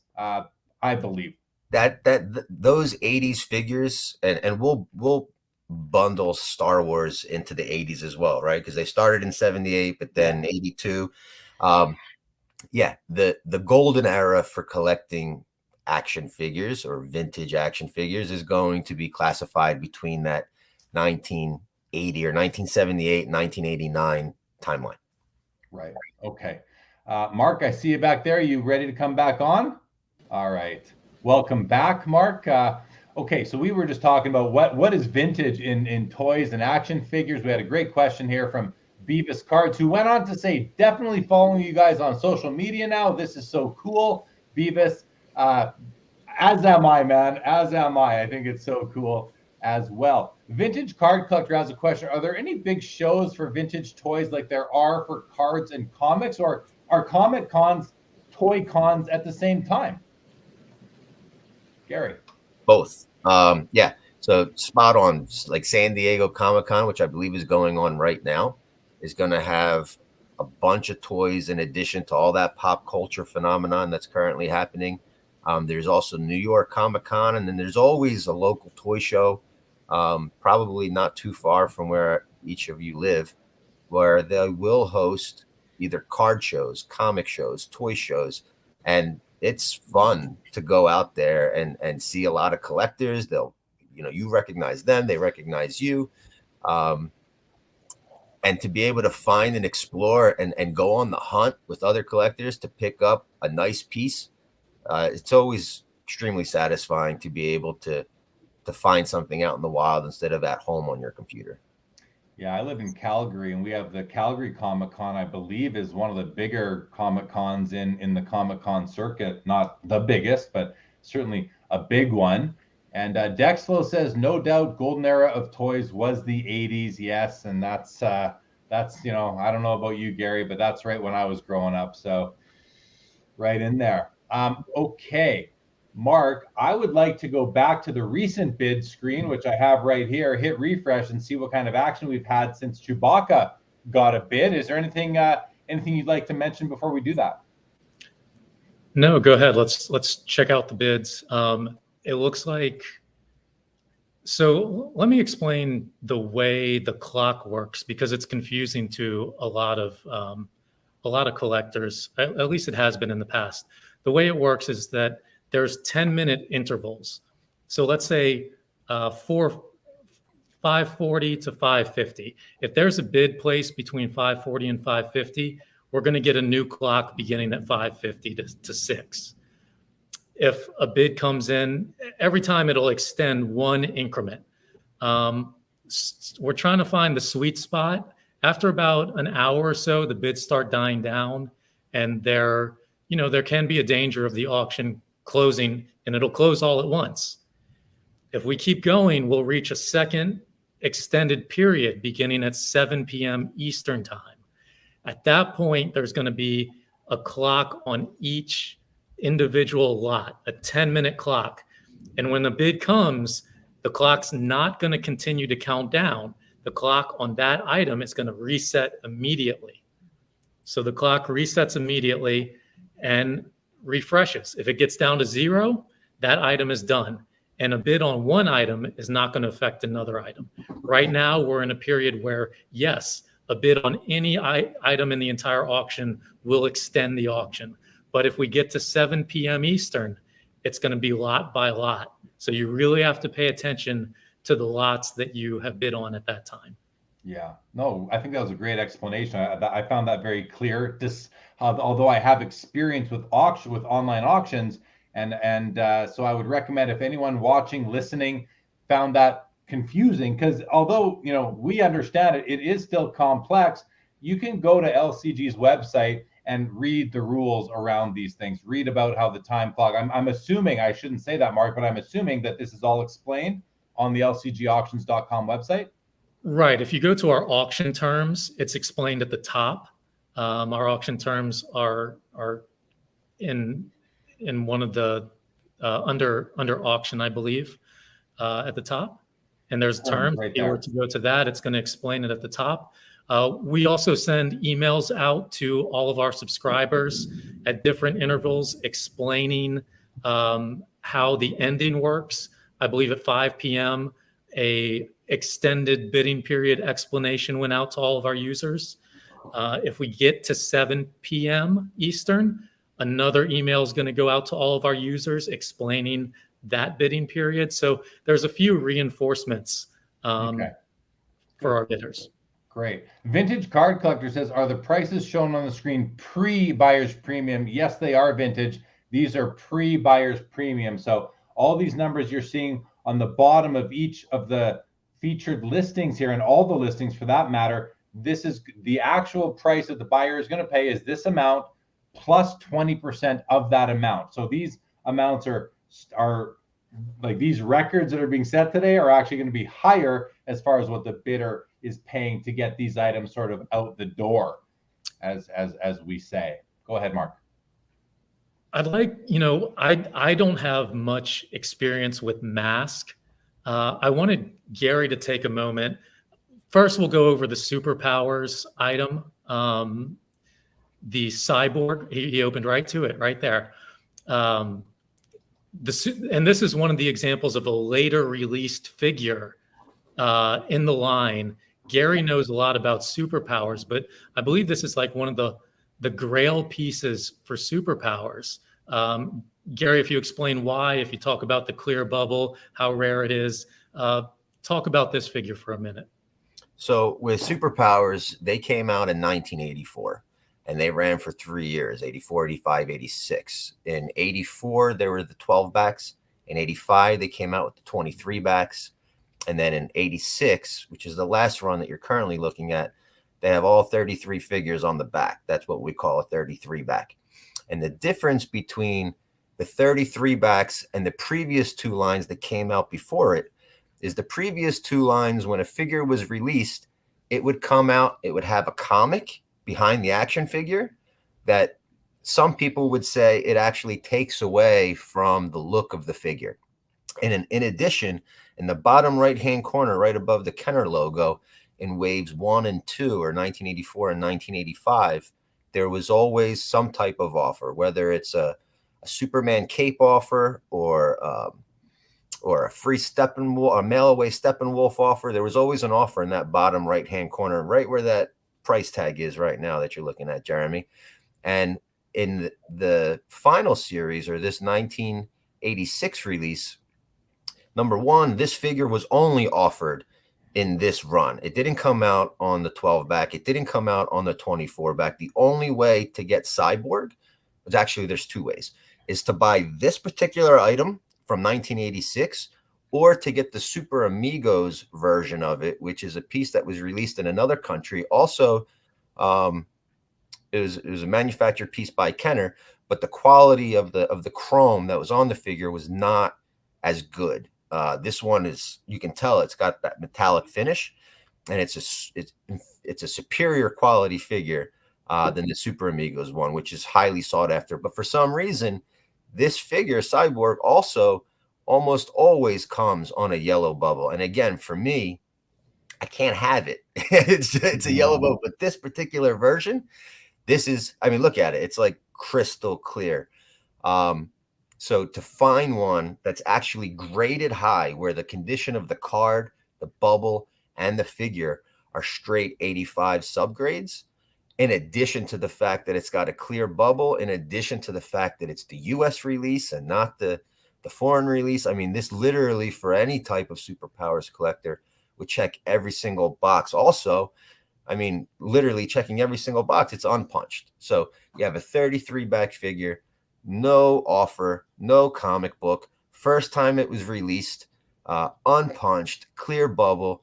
Literally for any action figure collector, any superpowers collector, this is truly an amazing piece. And I mean, to even put a price tag on it, it's going to be hard to do, just because me personally, I collect superpowers and I've never seen one quite that nice. That's an amazing specimen. But we are about to put a price on this today because it's sitting at $3,025 right now, Gary. And I have to think maybe maybe that's your bid. I don't know. I don't want to out you here because you might have competition. But if you are, I want to wish you luck. It's a beautiful piece for sure. Mark, It really is. What I want to point out is that that's what's so good about this collecting space is you can enter into these different lines, different toy lines like superpowers, and you could pick up like the holy grail of the line when it surfaces like this for under $5,000. It looks like, which is amazing. I mean, you're not going to be able to replace this. You're going to be the only person with it. You instantly move to the top. So there's, with Transformers, you would need a Megatron or an expensive Optimus Prime or something like that. With superpowers, you could get in with a Cyborg, which is a grail piece for under $5,000. So it's really, it gives everyone not everyone, but it gives a certain level of collector a chance at getting in at the highest level. Right on. This is, I think, out of all the action figure lines that you sell on LCG and that I've been looking into, this is my favorite color combination. This blue and yellow. It's bright. It just evokes happy feelings and thoughts. I love the stars coming off of the superpower. The superpowers logo is awesome. And when you just turn it over, even some of the Superman, the Green Lantern, the Flash, Batman, Robin, who is that? Thor. Wonder Woman. I mean, I love the characters in this product line, and kind of wish I was into it as a kid because I would even have more nostalgia. Although that might cost me a lot of money today as an adult if I was into this big time as a kid. But I do love these packages, and even some of the more modern product that are coming. They're still nice, even though they're more mass produced and they're just not the same pieces, but they're still pretty cool. All right. Go ahead, Mark. I think if Gary would kind of educate us on Mask, that's a lot. That's a toy line that a lot of collectors they remember it, but they don't know kind of the details, how rare Series 1 is. And I was talking with another collector that's interested. There's not a lot of information. And I showed some of the pieces that we had in to get more information to some prominent Mask collectors. And, they were pretty impressed that we had these factory sealed items. And when I saw how impressed they were, I was thinking these must be pretty hard to get. Maybe Gary can speak on that. Mass collecting, how much is out there factory sealed, the Series 1 first release, second release, things like that. So there is a huge following for Mask figures. I mean, the cartoon was actually amazing. We're talking about a toy line that was, I believe, released the first year was 1985. So the first release figures on the very front of the box, if you can click on any one of those, like that Thunderhawk right there, or the Rhino or the Mask, any of them. And then you zoom in on the very bottom right there, it says comic book and poster included. So anytime you have the very, very first release, it's going to contain both the poster and the comic book inside. So you can tell right away by looking at the front of the box, even before flipping it around to look at the year it was released on the back, that is a first release figure. In addition to the first release figures or figures from the first run, the masks that you put over the action figure's head, the first release, they were considered short masks. And then each subsequent release, the masks got a little bit longer. So to find a first run Thunderhawk is actually, it's not easy to do. And if you take a look at those communities online, a lot of them are foreign. A lot of them are from Europe. Mask was huge in Europe. I think it was actually bigger there than it was here because of how much of a following it has. But to find these pieces still sealed today, it's really, really difficult. And then this particular version that we're looking at is the US box. And you can tell that it's a US box because that matte tracker in the right-hand side of the box, it's got that yellow bubble that it's sitting in, or the yellow oval that it's in. That is indicative of a US release. If you take a look at a foreign release of that figure, it would just be in a yellow circle without that white ring around it. So Mask, I mean, it had a great cartoon. It had a great comic book. And the toys, in my opinion, with G.I. Joe, like you have the action figure, you have the vehicle. With Mask, you also have the action figure, you have the vehicle. But these figures are so tiny. They're only about 3 inches tall, not even the size of a Transformers figure. They're Star Wars figure. They're even smaller than that. The vehicle really is the toy that you're buying, right? You're buying the Thunderhawk. It doesn't say in big white letters across the top, Matt Tracker. It tells you the vehicle that Matt Tracker is driving. In this case, it's the Thunderhawk. And he is the leader of the good guys. And I mean, it had great playability as a kid. You had the ability to transform a car into a winged flying jet that dropped missiles out of the bottom, which this one does as well. You had a helicopter that turned into a jet. You had a gigantic tractor trailer that would turn into like a missile command center.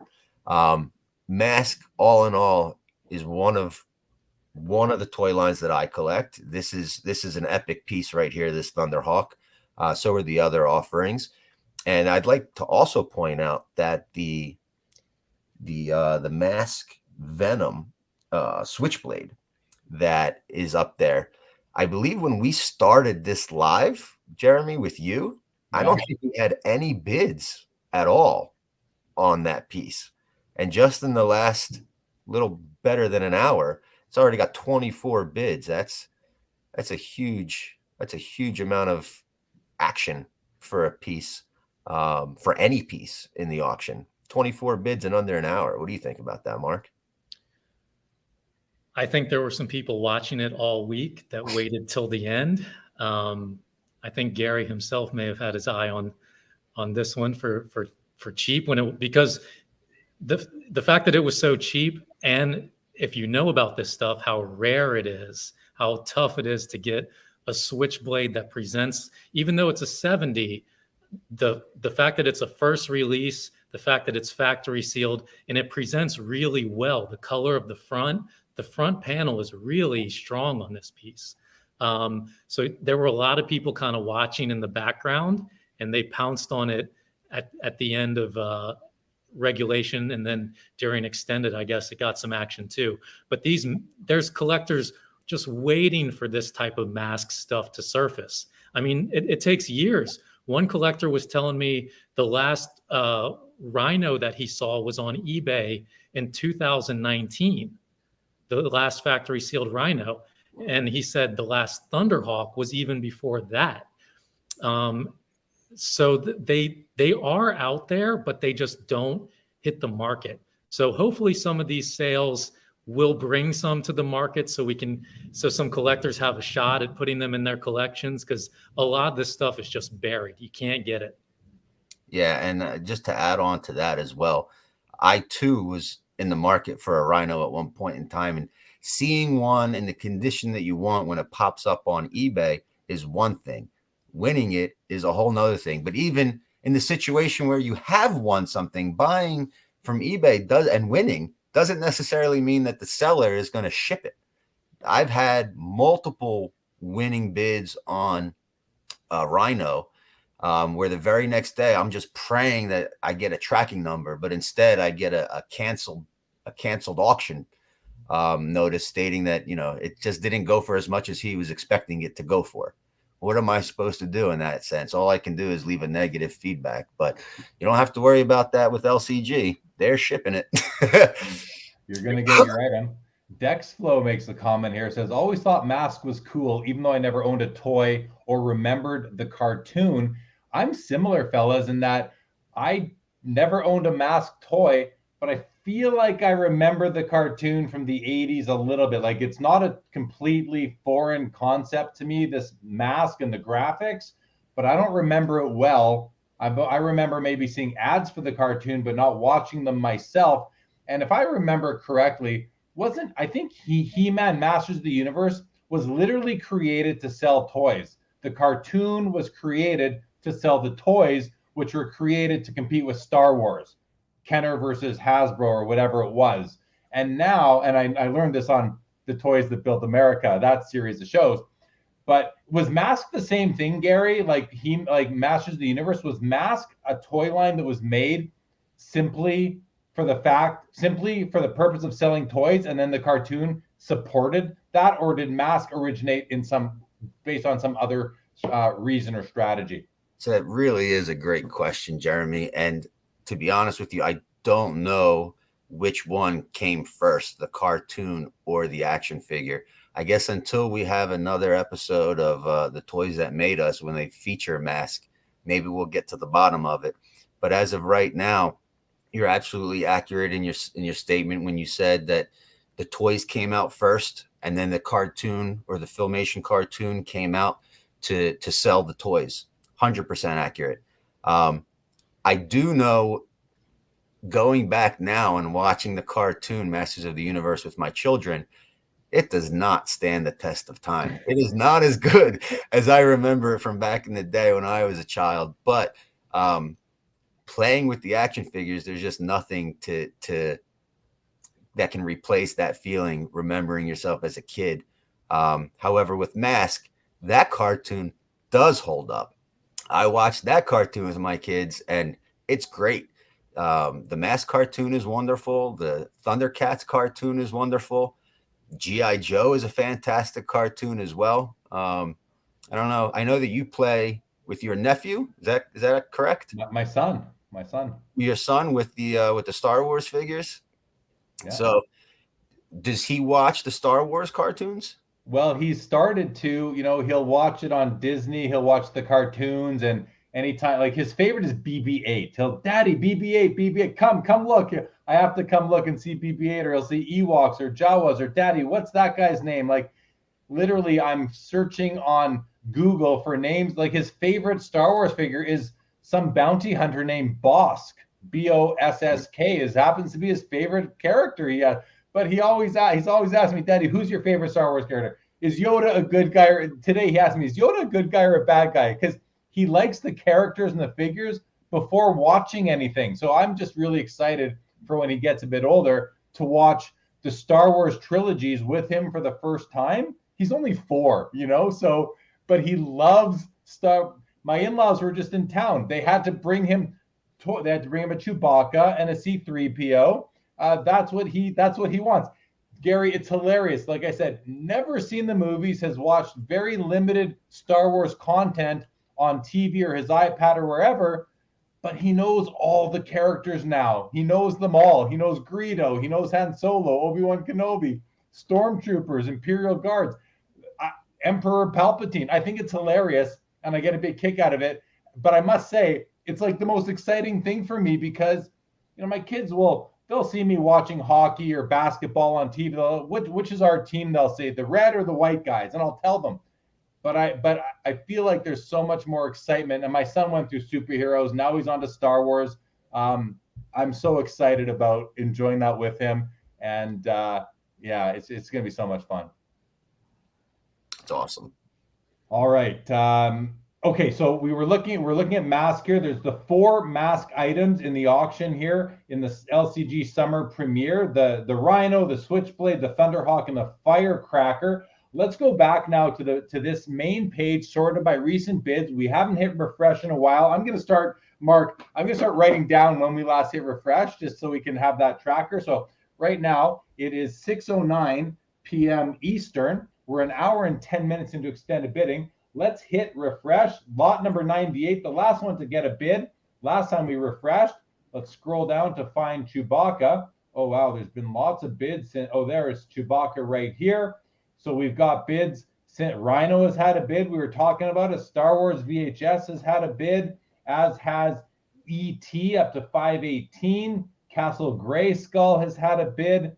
Masters of the Universe Fisto and AFA 85, a rare clear bubble up to $1,181. Superman VHS. Is that VHS? What is it? Oh, yeah. Superman VHS graded by Beckett an 8.5, $182. I must say, listen, when the grading of VHS started and the sports collectors were kind of like looking down upon it, like, what are they going to grade next? You know, that kind of narrative. I think personally, like, just like grading Atari cartridges or Nintendo cartridges, these things make amazing display pieces. And for a VHS, Mark, they're so much smaller than a poster, which is going to take up a large chunk of your wall. To me, VHS, the jackets that they're in are mini movie posters, and you can have many more of them than an actual poster. A lot of people say, why do you collect sports cards, not memorabilia? Even you, Mark, I think, like to ask that question. I don't collect memorabilia. It takes up too much room. I can have way more cards taking up a little bit of room. And I kind of transfer that over to VHS, which is something I don't own a single grade of VHS, but I'm not adverse to it. For a nice display piece, maybe it has some investment quality to it as well. I think it's pretty cool. Yeah, we're actually seeing a lot of toy collectors buying them under, the $600 range as complementary pieces. I know even Gary is looking at that, and a lot of others that I've talked to, they're comfortable within the $200 to $600 range as a complementary piece to their collection. There are higher priced VHS. That market got really heated really quickly, and it's coming down now. So exercise caution if you're buying super expensive stuff, but the stuff between $200 and $600, the iconic stuff like an early release Superman or Rambo or Rocky, those are really cool pieces that you can put on your shelf.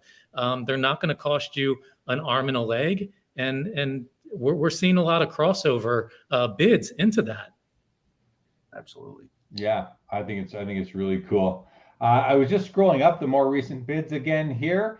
The Dragon Blaster Skeletor Masters of the Universe, just under $1,000.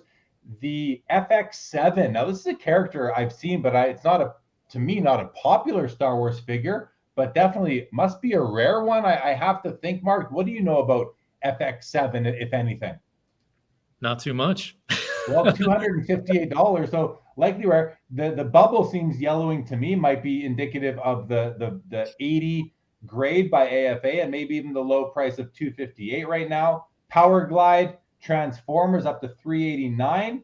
Toxo Viper from the G.I. Joe series has a bid in at $60, as does Snake Eyes with Timber. Timber's the dog, $1,729. Jurassic Park VHS at $570. We had a comment here a little while ago from Dexflow. I'm going to go to that one right now, where Dexflow says, just wondering where you would say original Jurassic Park toys are as an investment. I'm very bullish on it. That was my favorite all-time movie. Gary, can you comment on the investment potential of Jurassic Park and just maybe the overall popularity of Jurassic Park toys in the toy landscape? Yes, so I was actually surprised to find out when I got into vintage collecting and started looking at all the different toy lines, how sought after the original Jurassic Park figures from the first movie are. Even non-graded examples sell for a good amount of money compared to other toy lines, which totally took me off guard, caught me off guard. Obviously, some of the newer movies also have toy lines associated with them. But to answer Dexflow's question, he's right to be bullish. Jurassic Park is a good investment as far as the first movie. I don't know how the latter movies are going to go, but if it's anything like the first one, that is a good market to be into. And I also want to just touch on something you pointed out a few moments ago on that lot 107, that FX7. The AFA 80 grade talks about the quality of the item, not necessarily the clarity of the bubble. the Y indicator that comes at the end of the grade, that AFA 80Y, is basically the grading company telling you that the bubble is not clear. It's a yellow bubble. So it's either clear or it's not. Various types of yellowness, they don't grade how yellow it is. It's either clear or it's not clear. And then the grade, the card grade, the bubble grade, the figure grade, none of them have anything to do with the clarity of the bubble. It's only, does it have a Y or does it not? And sometimes you can get an item that's graded clear, no Y indicator, but then it turns yellow over time. So it looks like, according to the grade, that the figure is a clear figure. So a lot of times what you have to do, and I love the fact that LCG does this, in any of their short descriptions, you actually have a real person typing out the description, a collector typing out the description, telling you exactly what to expect.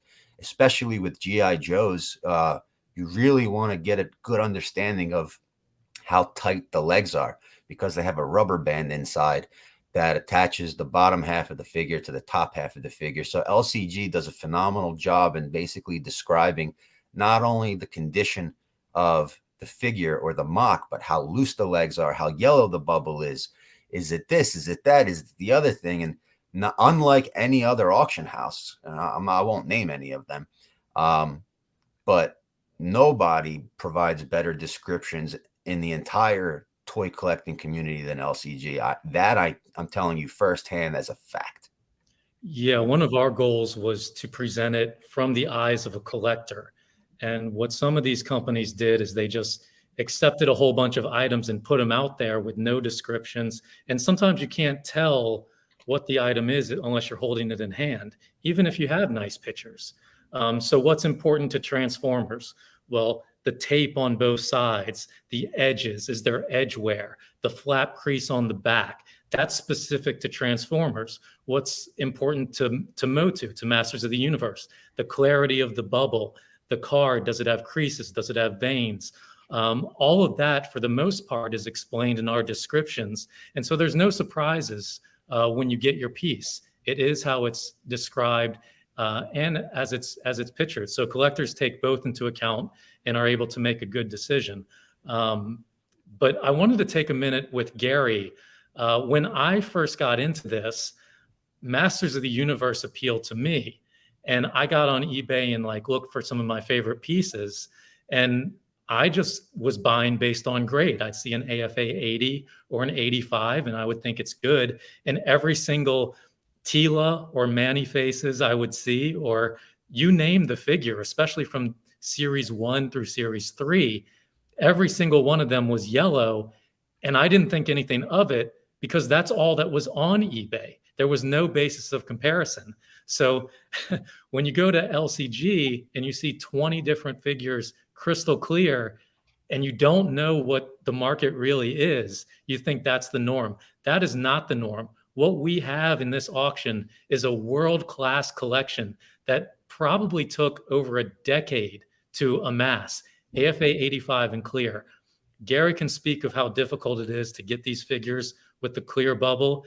And when you go on eBay, when you go in other marketplaces, so hard to find. And it makes such a difference. Gary, do you have any examples to where we can actually look at a yellow versus a clear in your collection?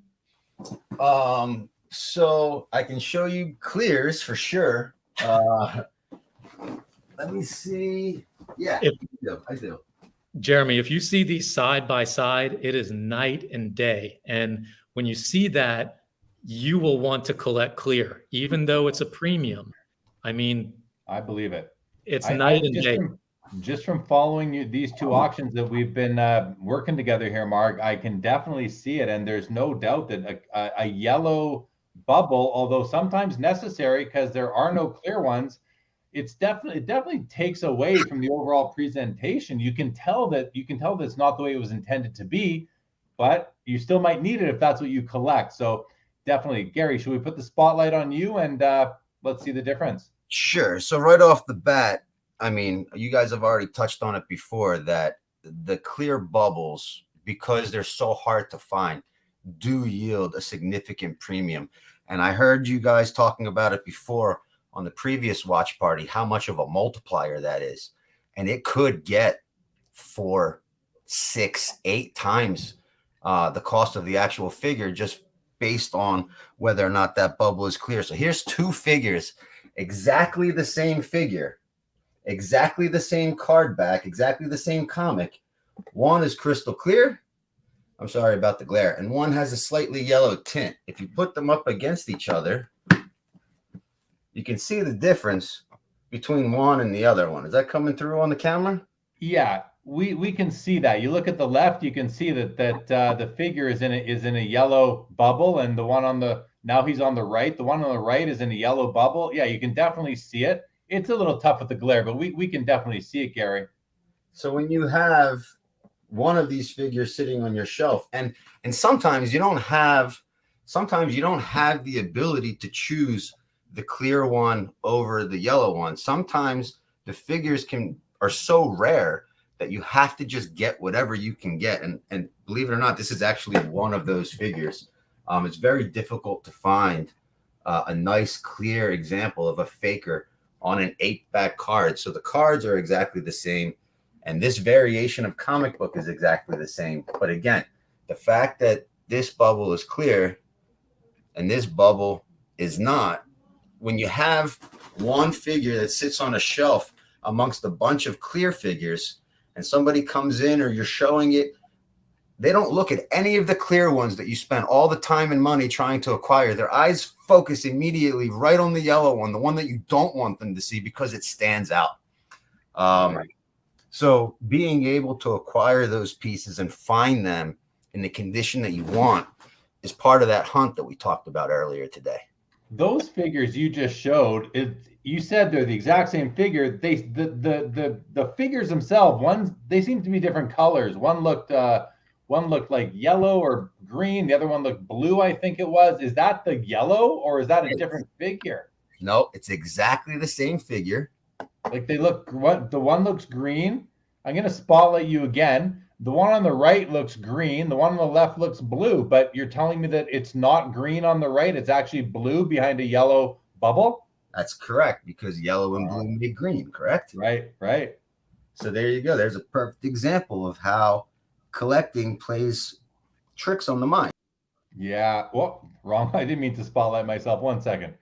Oh, and let's bring Gary back. But there we go. Yeah, that's funny how the bubble can actually change the color as it appears of the figure behind it. So clear bubble, very, very important. Dexflow says the yellow bubble is a no buy for me. Says very obvious. The yellow is an eyesore. And he says the yellow is from too much sun exposure. There are few things that'll cause that bubble to turn yellow. Sun is just one of them. So there, like Gary said, there's some figures that you don't have the luxury of getting a clear, like some of the Star Wars action figures in the Power of the Force line. We have the Yak face, one of the platinum items. I don't think there is a clear that's been seen, that's out there. I've certainly never seen one. I remember looking at the population report, and it was either 1 or 0 clear bubbles graded over like a 20-year period, 1 or 0. And I think there was maybe 35 examples. I don't remember the exact number, over a couple dozen, I believe, but nothing was graded clear. So certain ones, the faker that Gary just showed with the 8-back card is one of them that's extremely difficult to find clear.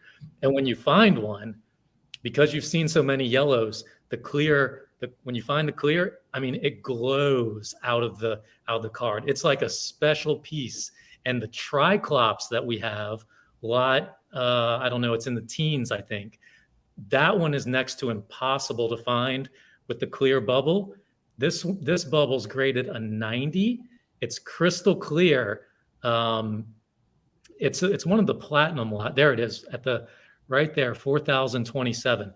That piece with the crystal clear bubble, next to impossible. When you see a bubble like this on a Triclops, like you're not used to seeing something like that. It almost, like Gary can attest to this. It'll play with your mind. It's just not something you thought you're used to. that is an amazing specimen right there. Again, you have a figure here that checks all the boxes. Number one, it's got the clear bubble. Number two, it's got the ring. Number three, it's got the new logo. And number four, it's just I mean, I don't even own that figure. I have a variation of that figure in my personal collection, but that is absolutely stunning. Yeah, this is an ideal piece. Like maybe if you're lucky, you find one with the clear bubble. If you're even luckier, you find clear bubble plus ring, collector's ring attached. Now, this is the grand slam. Clear bubble, collector's ring, new logo in the top corner, checks all the boxes. A collector friend of mine that's a high grade collector, he looks for AFA 85s. This is superior to a regular AFA 85 Triclops because of the clear bubble. I think any advanced MOTU collector would agree with me that this is better than an AFA 85 yellow or slightly yellow. So we were talking about, you know, if you can find it that way. So let's take Yak Face, for example. That figure you can only find on a yellow bubble, and it can still fetch $15,000 to $25,000 for the yellow bubble. What happens, Mark, when that figure comes to the public and it's on a crystal clear bubble, even if it's not graded an 80 or an 85? What if it comes back a 75 clear? Could you imagine the premium that that type of figure would yield? Yeah, it's a unicorn piece that, I mean, it would be multiples of the current value in that grade, multiples easily. Very cool stuff. I love learning about this. It's so much fun. And as you guys are talking about it, and the new, like the new logo and checking all the boxes, and you're asked there, Mark, you know, would this clear bubble lower grade example be more desirable than an AFA 85? And I think to myself, in again, looking for those parallels to sports cards, would a centered copy of a Jackie Robinson 48 Leaf rookie that has rounded corners be worth more or more desirable in, say, a PSA 4 or 3 versus a PSA 6 that is off-centered with square corners? Which one would more people want? And it pains me because my personal copy is an off-centered 6, but I can see a well-centered 4 with rounded corners being more desirable to a lot of people. So I'm always looking for these parallels to build that frame of reference as I'm learning more and more about these awesome collectibles. I do love them. We're going to be losing Gary right away, I believe. You got to run, Gary. So before you do, I want to bring up one more question, if I may, that came from Dexflow, because he posed it to you. He says, do you know if the AFA cases have UV protection? For example, I've owned that Jetfire 3 times. Two have become yellow and one stayed white. Gary, what do you know about that? Yeah, each grading company does give you the option before the figure gets graded during the checkout process when you're on their website, whether or not you want the UV protected case or not. And the cost difference it's not that much to upgrade to the UV protected case, but the UV protection is only really going to block out about 90% of the UV rays. The best thing you can do is just make sure that if you have a window in your toy room or your living room or wherever you're displaying your collection, just make sure that the light from the window is never directly hitting the bubble of any of the action figures that you have. Make sure that you keep your collections in a temperature controlled room. You don't want it getting too hot. You don't want it getting too cold. And if you're buying a figure that has a bubble or a window and it's crystal clear,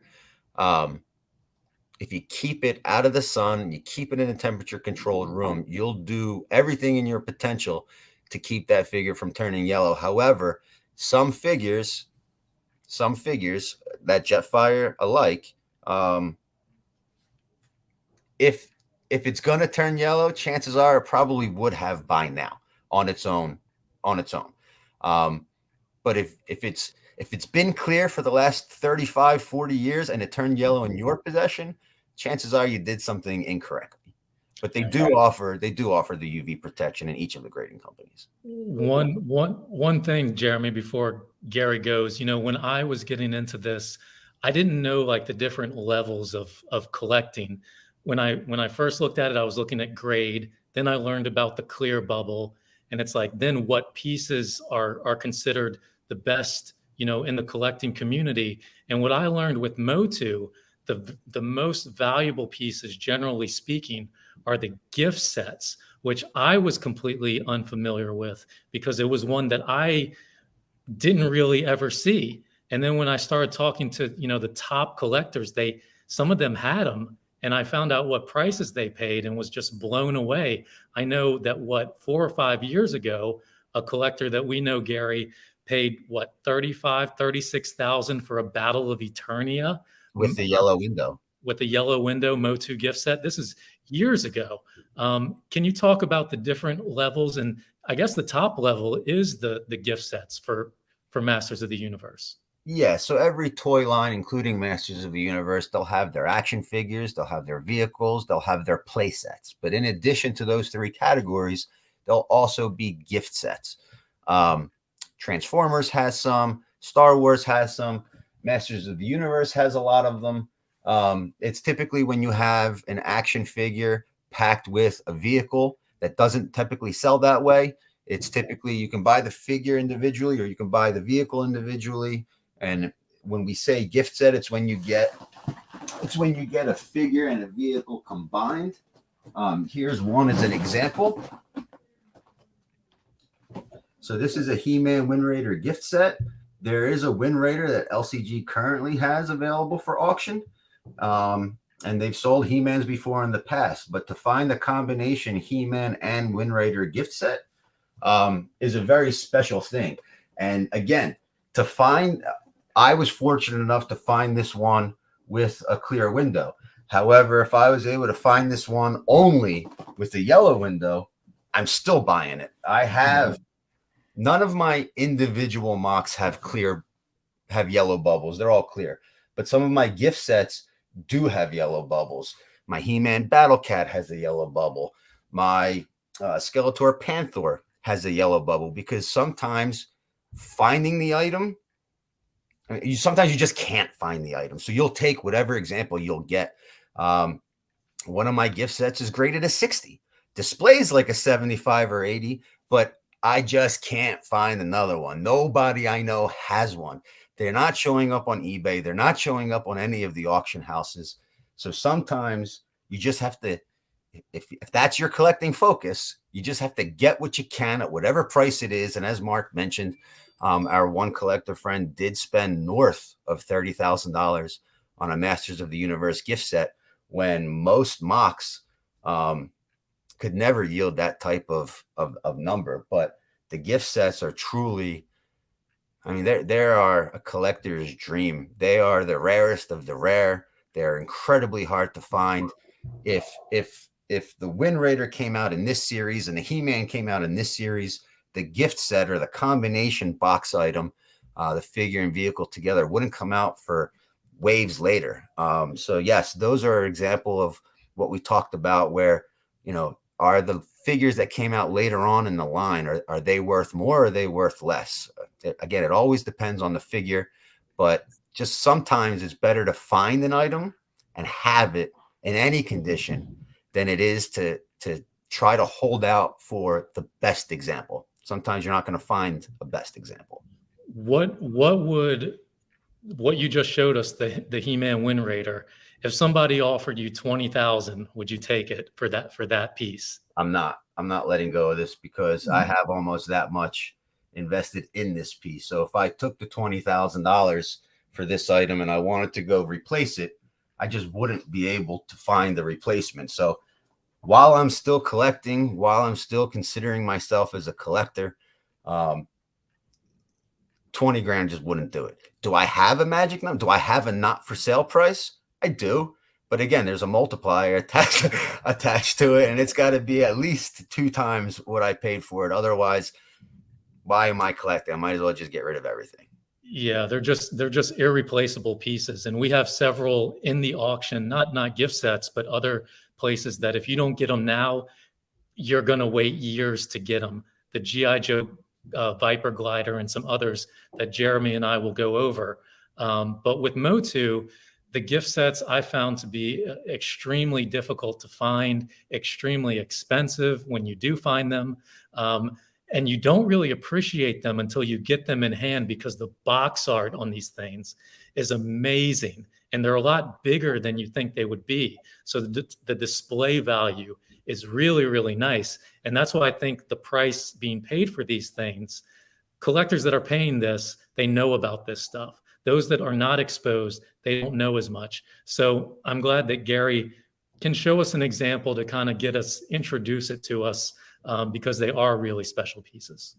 Yeah, and I'm going to have to sign off here in just a moment for the sheer fact that I want to make sure I don't miss any of the items that I'm currently bidding on. I need to go get myself in a position and in a mindset to be able to acquire those items that are currently on my watch list. And I promise you, Mark, that if you have any of those MOTU gift sets coming up in any future auctions, you know that I'm going to be on top of those as well.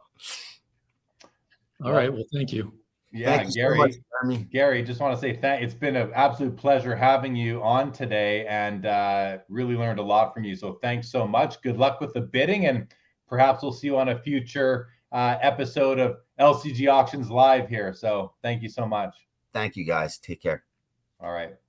Well, that was great having Gary here, Mark. Thanks for inviting him, and definitely learned a lot from him during his time. That was excellent, and what a great background he has as well there. So, okay, let's take a moment though. I want to do a couple of comments, and then I want to refresh by most recent bid. Last time we did it was, I wrote down 6:09. It's now 6:36. The time is flying by right now, Mark. But Dexflow made a comment here. I feel like the Beast Wars Transformers line is slept on. That was a line that got me back into Transformers. So interesting comment there. And I don't really know what the Beast Wars line is, but I can pretty much imagine. Anything you'd like to say to that comment, Mark? I don't have much experience with Beast Wars, but based on like the Jurassic Park figures, I'm thinking maybe this was early 90s. I'm not sure, but there are certain pieces that I think are slept on. I was exposed to some of the 90s Inspector Gadget stuff that was very, very inexpensive. And, you know, for me, it's like what catches your eye. As you collect more and more, you start to develop an eye for this stuff. Like you, Jeremy, I'll bet you have a great eye for cards and quality, and like whether it be artwork or whatever, when the more experience you have with it, you develop an eye and you can immediately spot what's good. So I kind of am in the process of developing that for toys. The Inspector Gadget stuff caught my eye, and there's some others. Recently, what's caught my eye is the vintage cereal boxes. I've been talking to another collector about this, and I am very intrigued. They're affordable. The box art is like iconic. You show them to anybody, they get excited. I remember that on the shelf, and they're hard to find in good condition.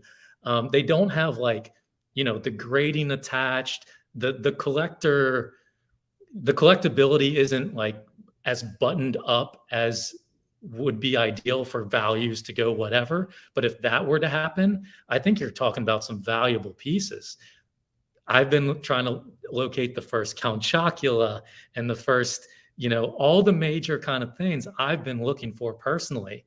And the hunt is very fun. And with the stuff we have on LCG, it's the same kind of thing. These pieces are in such low population that when they pop up, you know, you better jump on them because you won't have another chance for a long time. Like having the first Fruit Loops, the first Captain Crunch, you know, Count Chocula, all the series of monster cereals there, Corn Flakes and Frosted Flakes. I mean, listen, that is nostalgic because back in the day, that's all at breakfast eating cereal. Now my kids have their iPads.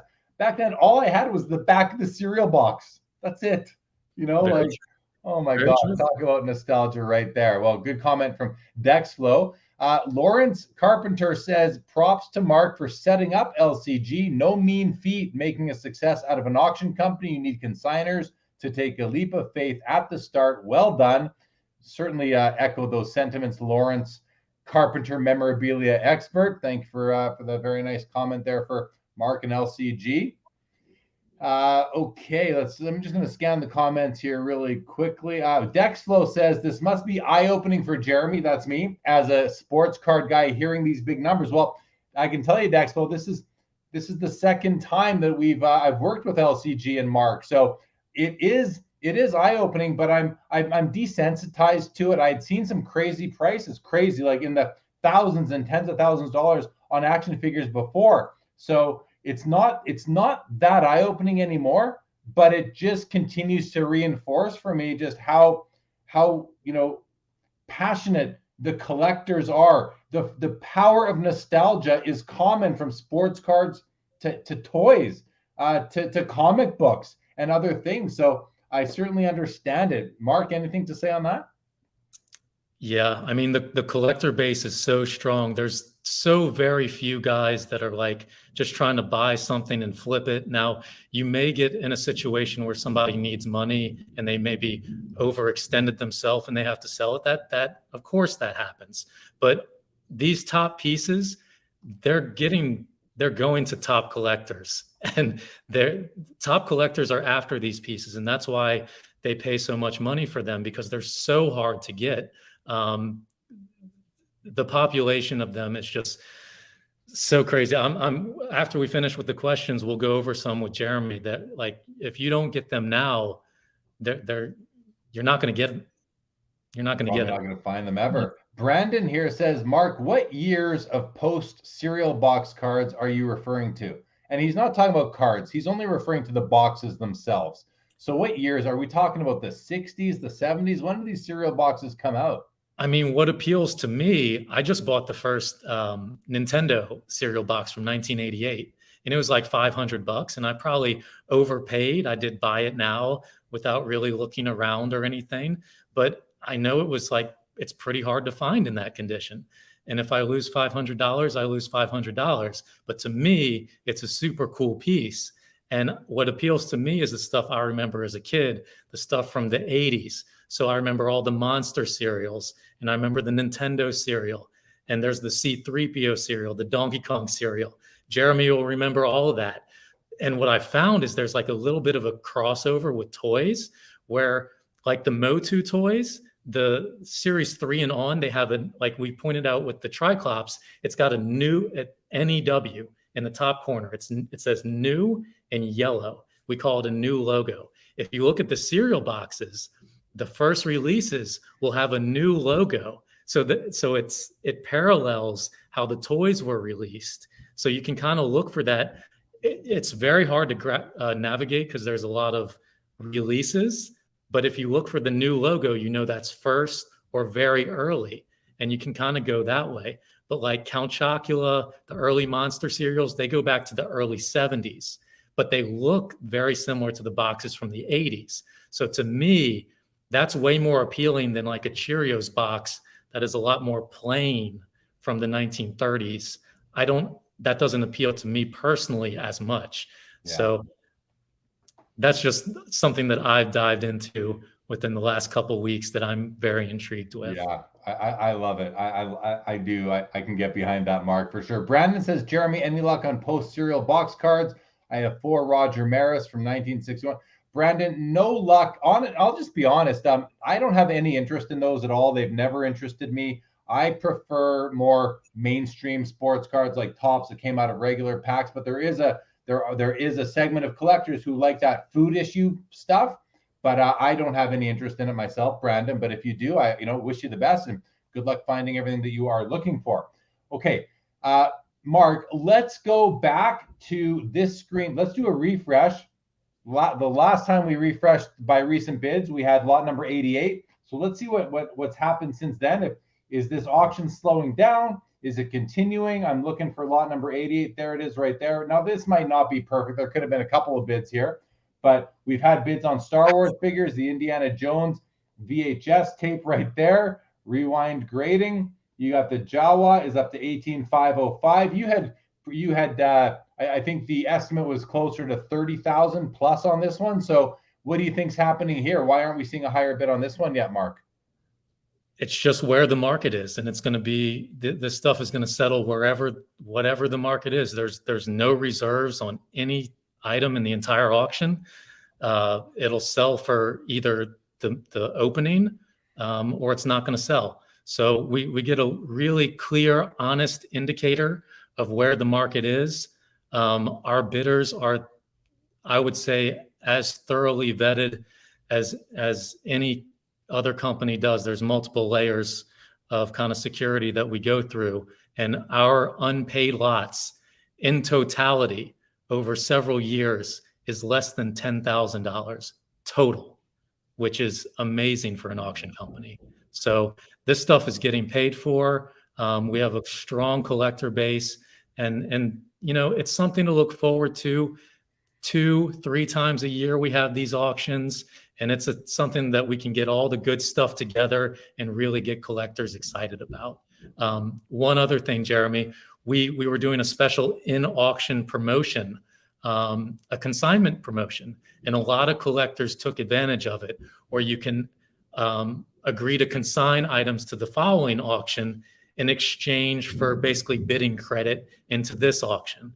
So a lot of collectors like to refine their collections that way, where they'll give up some items in their collection to go after some items in the current auction. And that's been an overwhelming success for us. We've got some really, really nice items already in for the next one. It gives those collectors a chance to be liquid and to buy stuff in this auction. And it really keeps the train moving. So anybody that has any, you know, world-class pieces, we're on Fox News, where we get in we're going to have some mainstream press with the iPhone sale this time. I mean, this sale's incredible. So we're out there in a way that other companies that offer similar products to ours are not. So our user base is very unique in that way. So if you have items that you want to consign, email us. The contact info is on the website. We'll take a look to see if it's a good fit. And we are very careful in terms of the items that we select for our premier auctions. We're not going to select a whole bunch of stuff that you can find on eBay.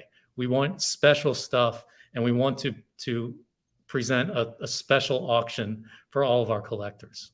And you mentioned that, you know, you're the only ones that are kind of doing it the way you're doing it, and you have great collector base, great customer base, but you're also the only company that is making an event out of the auction by doing this watch party. And I mean that because I think it gives your bidders, your customers, somewhere to hang out while they're bidding. Let's face it, Gary was literally on with us for an hour and a half at least, I think. While he was bidding, he only left the show because he wanted to go bid some more. But to me, making an event out of the auction is a great way to build camaraderie amongst the customers and the people, and to just, again, make it an exciting thing. And I'm just glad to be a part of it. Brandon, you are welcome. I want to thank you, Brandon, just for being here and making some comments as well. Very nice. You go on to ask, do either of you guys talk and communicate with Ken Golden, the guy that has a Netflix miniseries?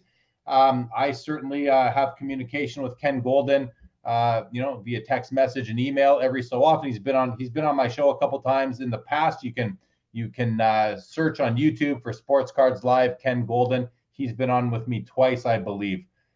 So yeah, how about you, Mark? Do you have a relationship with Ken Golden? Yeah, I mean, years ago, I bought and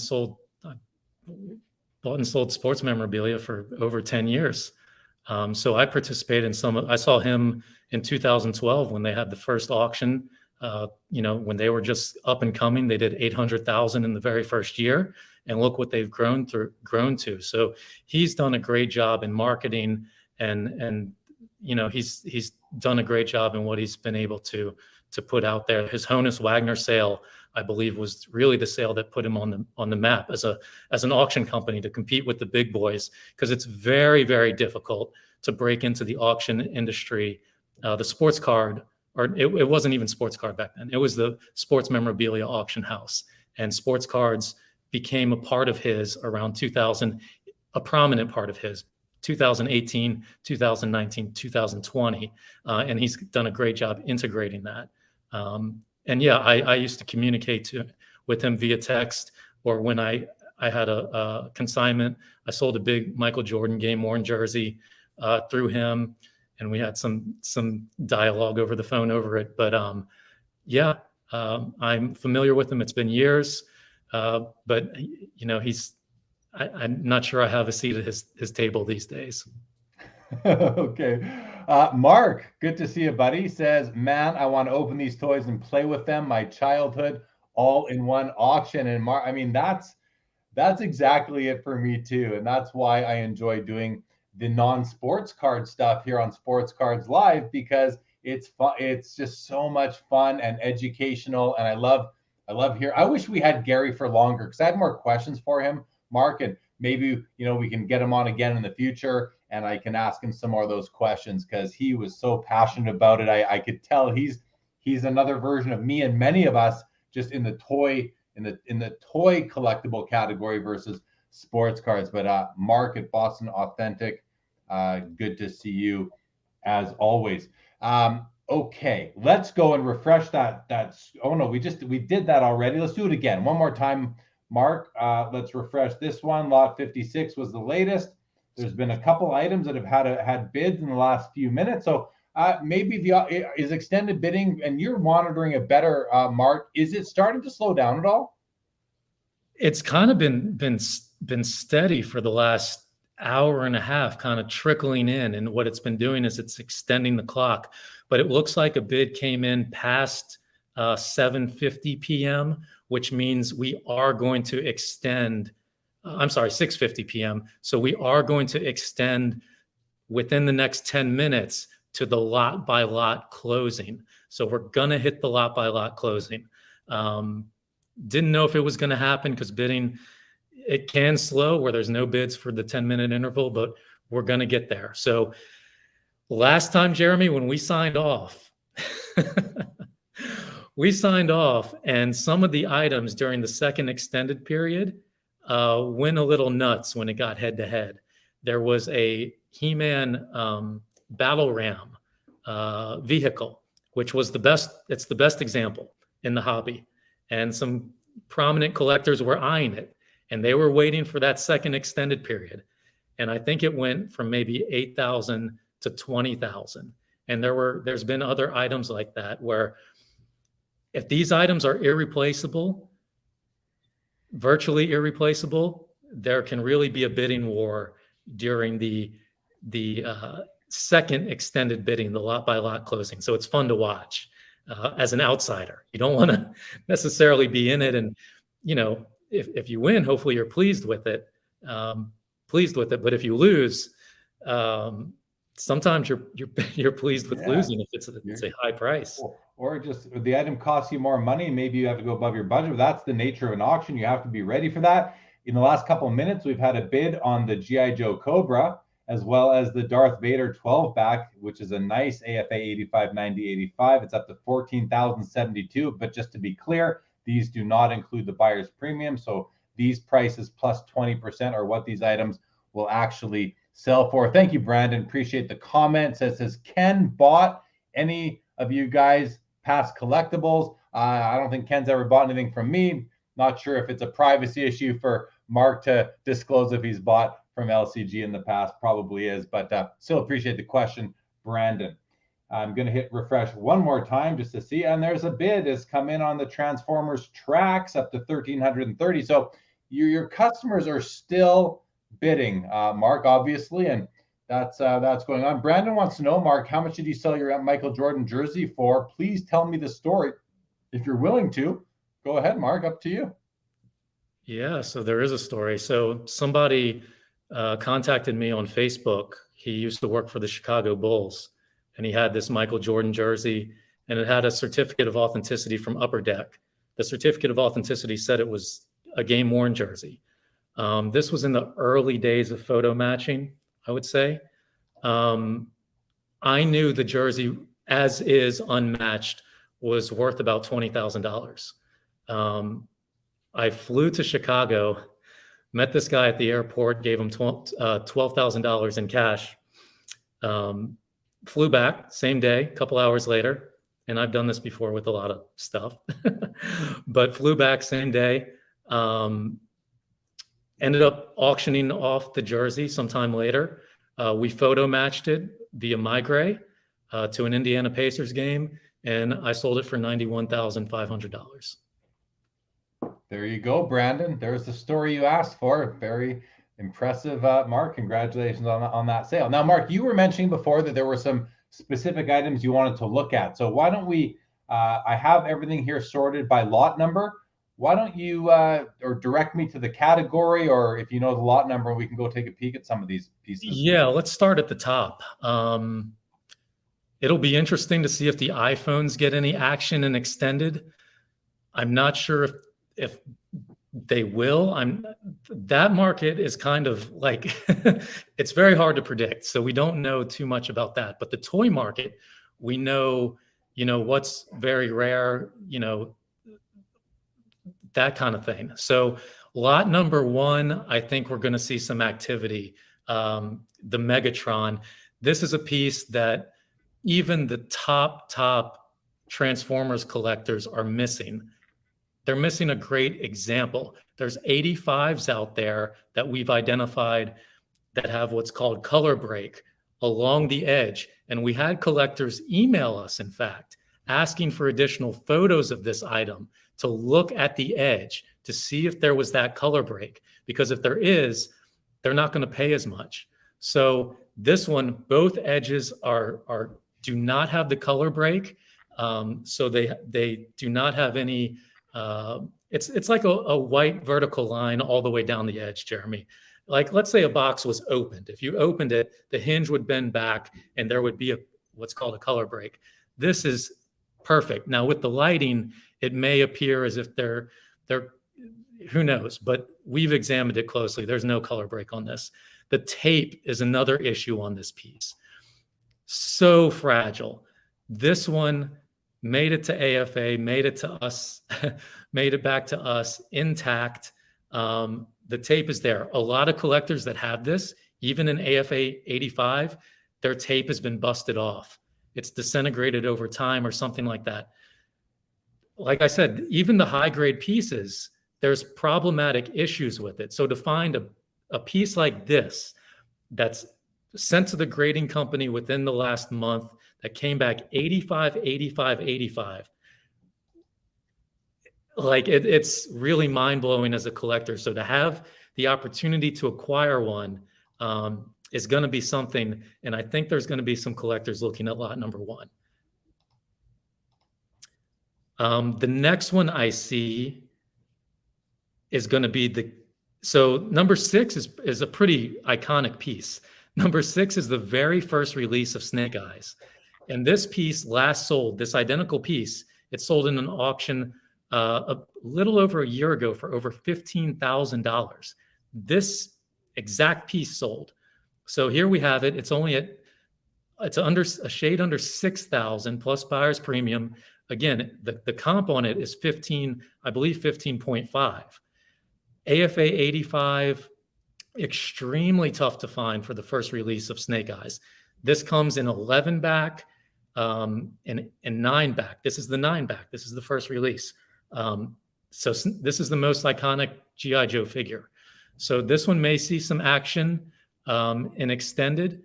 I don't think the interest is as high as the Megatron, but there is certainly interest in having, people collecting the iconic piece of each line. And here's another example, Jeremy, of where you can buy the best of the best at under $10,000. Very cool. And so, yeah. So when you say this exact piece, do you mean like this exact copy? Like it was this particular, this AFA serial number was sold for $15,500, I believe, a year ago.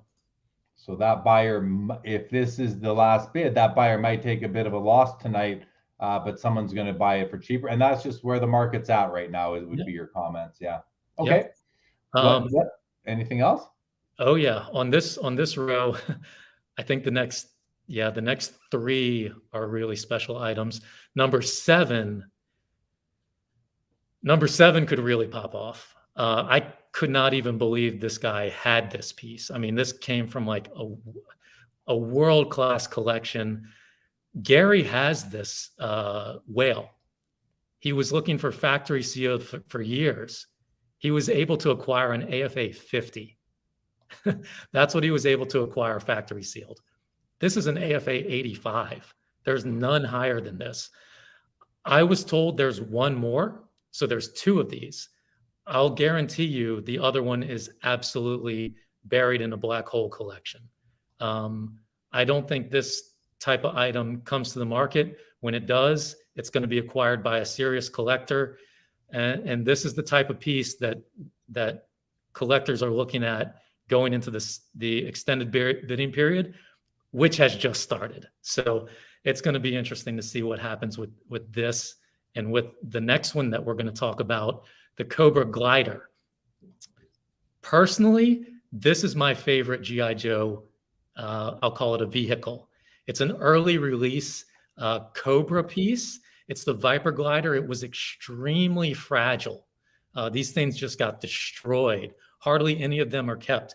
The last AFA report that we saw, total population, Jeremy, of 2 in factory sealed condition, all grades, 2. And this is one of the 2. I'm not sure what the other grade is, but this one is a first release. We have sold in the past a second release Viper Glider. Our very first auction, we had a second release. And at the time, I didn't even know there was a difference between the first and the second. The first has, because there's so few examples of these, the first has no barcode on the back. That's what this is. This is the very first release. It may be one of one. I'd be willing to bet the other one in the AFA report is not a first release, but at worst, it's one of 2. So this is a piece, if you don't get it now, it's unlikely that you're going to be able to get this one in the future. I'm kind of giving you some insight into how tough some of these pieces are to acquire and why they do go for such premiums. And Dexflow makes the comment here, graded toy pop counts are so ridiculously low, why this market has so much upside. It's funny though, because like it only has upside if you continuously see these items selling so that you can have upside realized. It's like the Honus Wagner T206 baseball card. No one's ever lost money on that card. Every time it comes for sale, it sells for more. And I can see that being the case for some of these low pop toys, high demand, where the total population of all grades is like 2 or 3 or 4 or 5. Like you talk about upside, yeah, hopefully there will be more items selling, or because you need to realize that upside. And this is not the norm. I mean, you go on eBay, you're not going to find items like this. Like for us to have these items, it's amazing to see all of them in one sale. But it kind of desensitizes you. Like Jeremy may see all this and it all kind of blends together. But if you're a serious long-term collector, you see it and it's like Christmas to you to see all these in one place. But super cool piece. The next one's the Mumra's Tomb. That's a Thundercats piece. Super tough to acquire factory sealed. This one is beautiful. It came from an LJN employee. So it was like something that was put in the closet, I guess, for many years. It's an immaculate piece. Some people some collectors asked for additional photos, which we sent over, and they were just blown away by how clean this piece. There's some technical flaws that took it from 85 down to 80. But I mean, display value, this is like a home run piece. Super nice. At 3,025 right now. What? Yeah, so that's one of the top pieces and the top play sets. It's like a top 3 vehicle play set in the Thundercats line. So you're looking at a top 3 playset vehicle for, you know, under $4,000 right now. All right, take us to the next item. Oh, let's see. The Rhino is really tough. Gary touched on that. The Cyborg, super tough. The Optimus Prime is one that has wide appeal to a lot of different collectors. One of the collectors in our comments has an AFA 80, I think he alluded to, that he would not even sell for $10,000. That's an iconic piece from the 80s, an original Optimus Prime, factory sealed. This one's a Pepsi variation. It's got the Pepsi sticker in the top corner. A lot of collectors like that. It's still relatively inexpensive. It's under the $10,000 mark, I believe. And they just had the movie, so there's some, you know, there's always some additional speculation when that comes out. That happens in comic books a lot. Maybe it'll happen in toys, but it at least like puts it in the public consciousness when that kind of thing is released. Definitely, yeah. Movies help a lot of this stuff out. Toys, cards, even when the Michael Jordan Last Dance came out. Not a movie, but still, same impact. Brings a lot of additional interest back to things. Yeah, Jeremy, just like I said, the killer whale's been bid up to 15,300 almost. That is a record for any G.I. Joe vehicle that's ever been sold. The previous record was actually 9,400. Now, this doesn't include play sets, strictly vehicles. So we sold a Defiant, which I consider a play set, for 32,000. But vehicles would be like, you know, what they ride in, what they fly in, things like that, which are super collectible and hard to find. The Whale is it's on most people's list, it's the #1 G.I. Joe vehicle. So you're looking #1, AFA 85. We're looking at, with buyer's premium, just under 20. So that one may have some steam left in it, but that's already a record for a G.I. Joe vehicle. Right on. Very cool. Very cool. All right, what's the next item that is of interest? Oh, where are we at here? Let's see. I mean, there's so many. Like the Star Wars display. I think that's the highest graded one. So if you're serious about a display piece, like, I mean, that's going to be the best example you can get. Recently graded, so we know the accuracy is going to be spot on. It's a AFA. So when they go to AFA 90, which is AFA 90 is like a BGS 10, I would say. It receives like a gold sticker, like it's like an AFA gold label, basically. So super cool when you get into the 90s. But the scale is pretty much 85 and lower for toys. 90 is an outlier. It's a super premium grade. We've got a few 90s in this auction. If you want to search by AFA 90, if you're into high grade, that would be nice. But it looks like the Vinyl Cape Jawa may end up selling under market. So that's a good pickup, a good opportunity for a buyer. Because the last high grade that sold, Jeremy, was a CAS 85, not an AFA, a CAS 85. And it sold for $30,000 a couple months ago. And it did not have as strong of subgrades. The important thing about this piece is the vinyl cape and what kind of condition that's in. This received a subgrade of a 90 on the cape, which is extremely impressive. So the cape got its own subgrade as opposed to the figure overall? Well, it's part of the figure grade, actually. So a lot of times this cape, you know, it changes color, it gets spotted, things like that, and that brings the value down. So to find a nice cape is ideal for this piece. So a lot of collectors, the first thing they look at, like MOTU, you look at just the bubble, the clear bubble. With this, you look at, collectors are probably drawn to the cape first. Okay. Yeah, what a cool piece this is. Yeah, so we're going to have a lot of items closing in the next minute. I don't think there's been an additional bid for the Megatron, which is interesting. Let's see. We've stuck at 29. We've had bids on lots of items in the last few minutes, though, because oh yeah, there's been bids on tons of it. This was the last 119 when I last refreshed, and that was about 10 minutes ago. So there's been bids on all these items from here on as I scroll up for everybody. Even Sailor Moon got a bid here. Indiana Jones, Temple of Doom, some G.I. Joe, Transformers, Droids, James Bond, VHS, GoldenEye.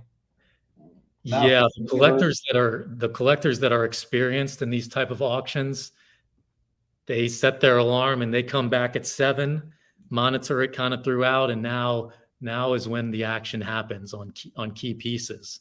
So this is when you see kind of a lot of times the best of the best are identified and singled out, and we see, the rise at the very end. Yeah, I just refreshed again, bids on 5 items in the last minute or so. So I'll click that. I'll refresh again right now. Let's see if lot 37 is the most recent item to get a bid. No, we've had a bid on the Cobra HISS, the Hiss, the Cobra Hiss. Is that what we call it? The Hiss?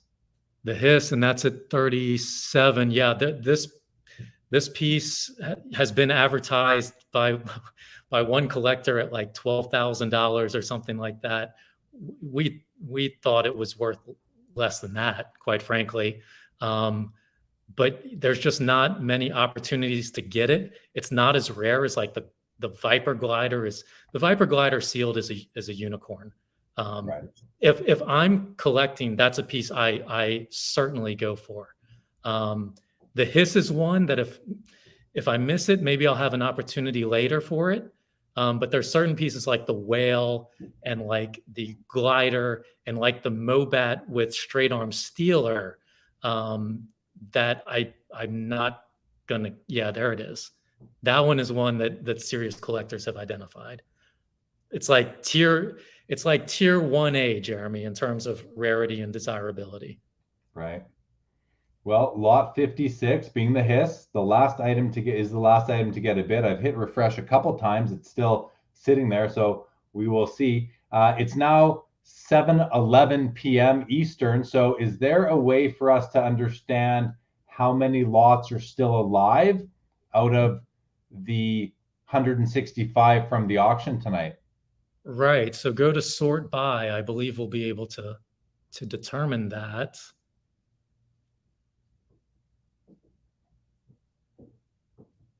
Let's go to if you go to sort by in the upper right hand corner I'm sorry, I'm seeing it, but you're not. Yeah, I don't know why you can't see it there, but I must be behind. No, it's for some reason it's not showing up on the screen share. I'm going to do a quick refresh here. Maybe that'll. A whole bunch of bids just came in on stuff.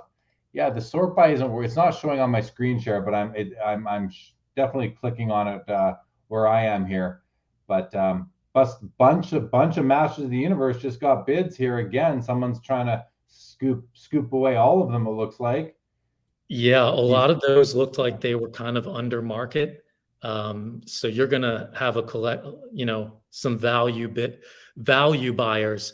The best thing about these auctions, Jeremy, is that there is the best kind of result for an auction is a combination of record prices, market prices, and then value buys.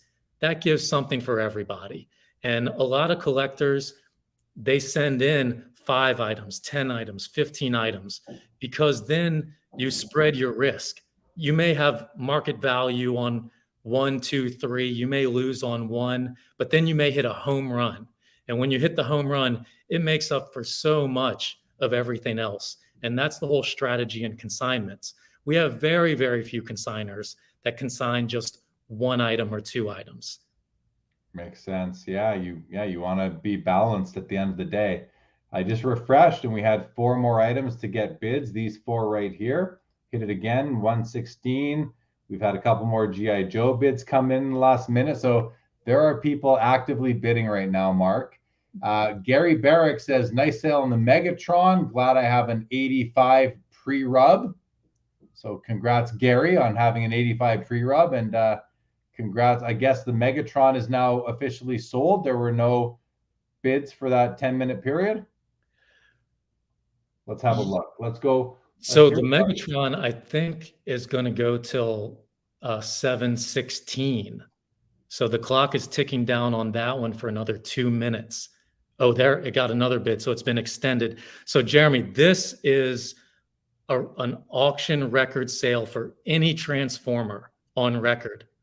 None have ever sold. The previous record was a $34,000 Optimus Prime. It was just broken. We're at what, 40, almost 48.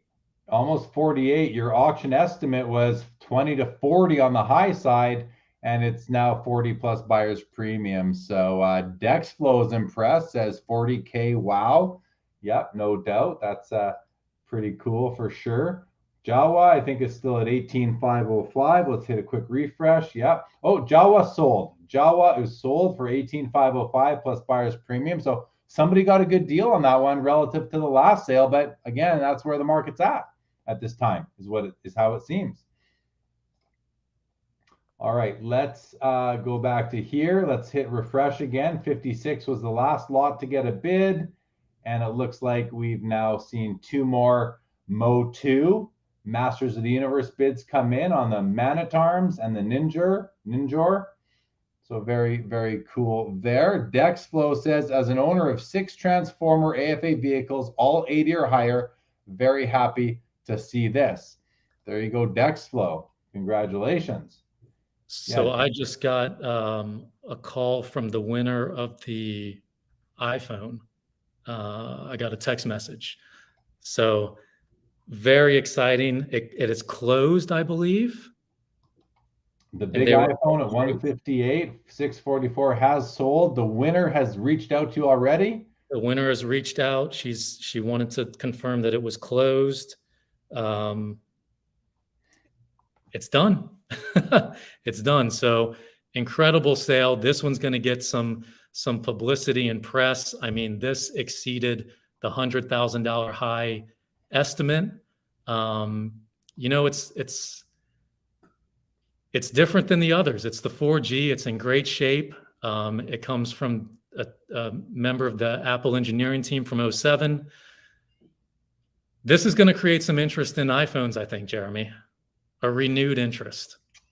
I mean, if $60,000 8 gigs didn't do it, then $200,000 4 gig will definitely do it. Well, think about this. Once that 8 gig sold for 63, we saw a number of them start to sell, right? And every single one of them was 8 gigs, right? So here's the difference.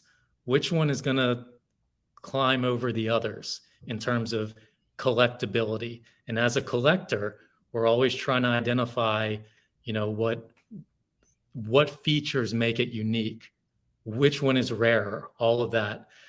This one appears to be it for the iPhone. And my understanding is the company VGA or AFA, the toy grading company, is forming a home media division where they're already grading VHS under VGA. They're going to move the VHS grading under their home entertainment umbrella, and they're going to start to grade iPhones under that umbrella.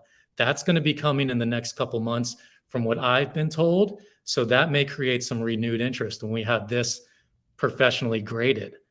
So we can really narrow down the condition and things like that from a third party. And start to have population report information. So, the woman who purchased this, maybe she'll get this graded eventually and have an idea or add some value to it. The 8 gig here sold for $44,700, so that's over 50 with the buyer's premium. The 16 gig did $11,491. The more memory, the less it costs nowadays. It's back. It's all inverse from where it was when these things first came out. And then the first European model has sold for just under $6,000, which is just over $7,000 with the buyer's premium. So nice sales across the board on the iPhones, Mark. Congratulations. Dexflow here says, Jeremy, as a card guy, could you see yourself moving some cards to get that Star Wars toy grail? Interesting question, Dexflow. I don't know if I would actually move any of my cards. I would probably just dip into other funds to buy that grail, I think. I mean, I'm deep into cards, and but I'm very intrigued by the toys and the action figures. I also like them loose, to be honest. I don't mind these things. I think they actually present nicely. Mark and Dexflow, a loose figure in a nice graded holder with a special place to put the accessories in that, like they kind of float. I think that looks pretty cool too. I think you touched on the Luke Skywalker loose figure that we had. Something like that would be like a great starter piece to get, where it displays really well. It's a very rare and unique figure, and it's loose, but it's encased, so it presents very, very nicely. Here it is right here. I mean, this thing has sold for $2,142. I say this Luke Skywalker. I love how that looks. I love how the accessory is floating in its own little box within the overall box. I think these just present nicely. Oh yeah, and then you've got the detail on the side panel, so when you're looking at the figure straight on, you can't see it, which I think is nice. It actually, you can display these things like right there. I like that because you're not distracted by the label, which can be very distracting. Yet if you want to know, you can still just turn it on an angle and see what you got in there. That's cool. Yeah, I mean, when I started, I would buy the carded piece as kind of the centerpiece. Then I'd buy the loose figure to display in front of it, and to be able to touch and hold and get that nostalgia that I needed, where it wasn't behind the casing. But yeah, they make for super cool display pieces. And so we had sold the double telescope. This one has the double telescoping saber encased as well, Jeremy. And that's the same one that we sold for over $100,000. But now you can get one without the card, and maybe it's not an AFA 90, it's an AFA 85 for a fraction of that. Yeah. So it's a great kind of entry level. It's a high level entry level type piece. That you're getting one of the most famous action figures in the toy line. Yeah, one of the ones that kicked off the whole action figure product line across all toys forever. And Luke Skywalker would have been among the most popular back in the day. So we got another bid that just came in on the Megatron, Jeremy. We're up to $48,000 before buyer's premium. I mean, I knew this was a must-have piece when we got it. When it came back with the subgrade of 85 for the box, it was like this is going to be a home run. This is because I know another collector that had one raw 2 or 3 years ago. He got an 85. He will not part with it. I've tried, but it had an 80 box grade. The most kind of top level collectors are looking for 85, 85, 85 for this particular piece. And that's what this one got. I really think it's been years since AFA's graded one with triple 85s. And so we're seeing how desirable they are. Look at your glider has a recent bid as well. The glider, I mean, that's going to be a high level advanced collector that's going to go for that and appreciate that. But they're out there. They know what this is. They know that there's only 2 factory sealed in the AFA population report. And I really think the odds are that this is the only factory sealed AFA graded first release glider. Odds are the other one graded has the barcode on the back, just playing by the odds.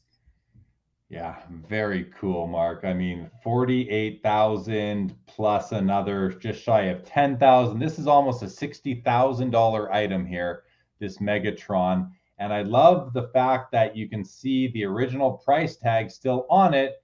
This thing was $17.88. I would have to think this has outperformed any conventional, traditional investment out there. So another note, this is now the highest selling 1980s toy of all toy lines, I believe. I believe the auction record was the $37,000 Cobra Commander that we sold. And that's actually what got us attention originally. And right now, Rally has it on their platform where you can buy shares of it. but it was purchased for $37,000 by them. It's public information. That was the highest, I believe, 1980s toy that had been bought at auction. This one has surpassed that. I mean, both of those are just iconic, irreplaceable pieces. The Cobra Commander was an AFA 95, 95, 95, which is amazing. This one, Trip 85s, but the Transformers are bigger pieces. They're more fragile. I mean, this is an exciting sale. I mean, I said from the beginning that this was the most exciting Transformer that we've ever offered. It was basically 3 years in the making. Wow. For us acquiring this and putting it on the market, we had so many collectors asking about it. Can you get this? Can you bring this to market? And when we finally did, we knew it would go on the high end. It was estimated 20 to 40. I personally thought it would go 30 to 40 in that range. We're already, closing in on 60. Yeah, it's very impressive for sure. And it was $17.97 back in 1984. We're all wishing we can go back in time. I think people have been wishing for time machines for several years now when it comes to toys, and longer when it comes to everything else. These Master of the Universe, the rare clear bubble pieces, are continuing to generate bids here, Mark. The Man-at-Arms, another bid, Clawful, Buzz-Off, all getting bids here in the last couple of minutes. So very, very exciting. Can you tell from the back end how many lots are still open for bidding? Because when I click on this recent bids here, which you can't see it for whatever reason, it's not sharing it, but my options are highest price, lowest price, most bids, least bids, recent bids, featured lots, and closing soon. Would it be closing soon? Maybe. Yeah, try closing soon. Closing soon. Oh, okay. So that's all that we had that's active. There's only 6 items that are still alive. Is that what we're understanding? Is that your understanding from kind of the yes, the backside as well? Yeah. Yes. Okay. So so the whole auction is almost over. There's only 6 lots out of 165 that are still generating bids. Dexflow says Mark needs to acquire that Kamala WWF Hasbro variation that's going to go for $20K at least, I assume. Are you familiar with this piece? I am. It either is missing the moon on the belly or it has the moon on the belly. It's one of the two. But if somebody has that they could send in for consignment, it would probably do really well. But yeah, any of these pieces, if you have a great piece, like whether it be this Megatron or this glider or the Cobra or the G.I. Joe whale, these unique pieces, eBay, I promise you, is not the place for that. The place for that is a proper marketplace that describes them accurately, that takes proper photos, that shops them to the right buyers, that presents them the way that they should be presented. And you see the results of the top pieces. I mean, this is a market that's growing, Jeremy, and I mean, the proof is right in front of you. Oh yeah, I'm definitely noticing that, Mark, and even just with having some of the people in the chat tonight that are my traditional viewers from the sports card side of things that are coming over and excited about this. And I mean, we've had we've had at least 3 different people in here. We've been going now for 3 hours and 8 minutes. So this is not a short episode by any means, but we've had people coming and going, and a lot of traditional sports card collectors are interested in getting excited by this and talking about it and chatting to us here. It doesn't surprise me though, because a lot of collectors collect not only one thing, but they will collect other things as well. And it does make sense to tune into a show like this and get educated and learn, and just even have that first point of contact with some of these pieces and these toy lines. And then you can decide what you might want to actually get involved with if you have it in you, if you have the income, the capital to spend on some of these things. Maybe you come in cheaper, you buy loose figures, maybe you buy modern, ultra modern figures that you can buy today, and then you're going to go back in time later. However, it does seem like now might be the best time to be buying some of these pieces because it is so early in their hype cycle, I guess you could almost call it, in the excitement towards it, because it's early. There aren't a lot of, the populations are so low. And there's not a Yeah. lot, there's only one or two auction houses that offer this kind of stuff. So it's still new. Right. So I think the Viper Glider and the Megatron are about to end in 1 minute if a bid does not come in. If you can refresh, we're going to get less and less items here in our offering here. So it's going to be interesting if we can get if another bid comes in and takes it over 50 is what it would be.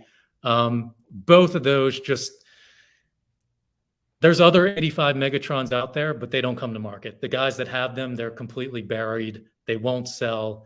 You can offer them ridiculous numbers. And a lot of them are problematic, like I told you. The edge wear along the side or the tape busted or whatever. So this is just an immaculate piece, just graded this month. Super exciting. But it should, I think, have just closed. Yeah. Oh, just the glider. For some reason, maybe I'll try. Let's see if Megatron's gonna. Let's open up Megatron for a second then. Yeah, it was right behind it. Let's see. I think 5 seconds. Yep. Oh, there we go. Right. Oh, there we go. Let's refresh. And that is now over. That is sold at $47,997 plus premium. So congratulations to the winner of the Megatron. That thing is not, I assure you, not going anywhere anytime soon. That's a new record from what I understand of any 1980s toy. G.I. Joe, Thundercats, Masters of the Universe, any toy at auction, public sale, it's the highest, close to 60. So congratulations to the winner. He's going to love this piece. I guarantee you that. Well, yeah, I'll echo that. Congratulations. What an amazing pickup. And like you said, there might not ever be another one offered until that collector who purchased this one offers it again, maybe on LCG down the road. And just like a Honus Wagner T206 baseball card, it's a kind of, listen, I'm speaking as a novice, so, take it as I say it, but it seems like that's the kind of item that you're never going to lose money on, unless something, really happens to the overall market. But we've seen that happen to baseball cards, ups and downs, yet at the end of the day, word has it, no one's ever lost money on a Honus Wagner. And you'd have to think that there's going to be similarities in other categories as well. And maybe that Megatron is one of them. Yeah, the top pieces with a strong collector base, and especially when you get this influx of new collectors, and I emphasize the term collectors, not people just trying to flip and make money. The items that, the glider, the Megatron, the iPhone, I will guarantee you that none of those items will be flipped. Yeah. They're just not going to. For decades anyway, right? I mean, it's going to take. Unless this person, it's not one person, but each individual, unless they get out of collecting completely, these are like the last piees to go kind of thing. You have your favorite cards and you have the last one to go. Those are the last ones to go. The LCG auctions could have been called last ones to go auctions, because you sell a lot of pieces that are grail type pieces. We just lost Mark briefly. I'm sure he'll be back in a moment, so we'll wait for him. And there he is. He's back. All right, welcome back, Mark. We missed you, but good to see you again. Are you with me? Give him a moment to just get. I feel like I'm in two places at once. Okay, I had YouTube open and I think it was distorting the. I got you here now. We're winding down, Jeremy. I think we can put a cap on this. 3 items left: the Megatron, the Cobra Viper glider, the iPhone. Thank you so much for the coverage. You do as good of a job, in my opinion, a better job than anybody. And you have the collector's gene. I can recognize it when I see it. I watch your live streams and I've bought stuff and bid on stuff that I had no business buying, but you identified, from a collector's eye, you see a great piece of art, you know why it's great. you do it with cards, and the registration of cards that I may have overlooked, you identify. And as a collector, I appreciate that. And I don't mind paying for something of quality. I do it all the time, and I overpay. And now I'm buying cereal boxes. I love it. So I'm a collector like all the other guys at LCG and all the bidders. I identify with those guys, and so thankful to everyone for giving us the opportunity to put this out there, for entrusting their items with us and allowing them to sell their items. And hopefully, you're pleased with our service, and we try to do the very best job that we can.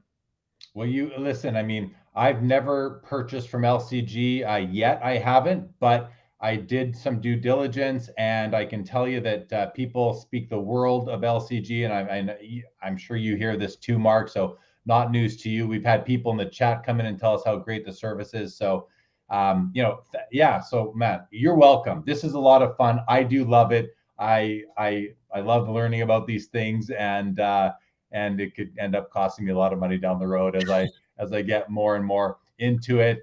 Vintage Card Collector still here. Thanks for the comment. Good to see you. Dexflow says LCG and Jay Lee, a great partnership.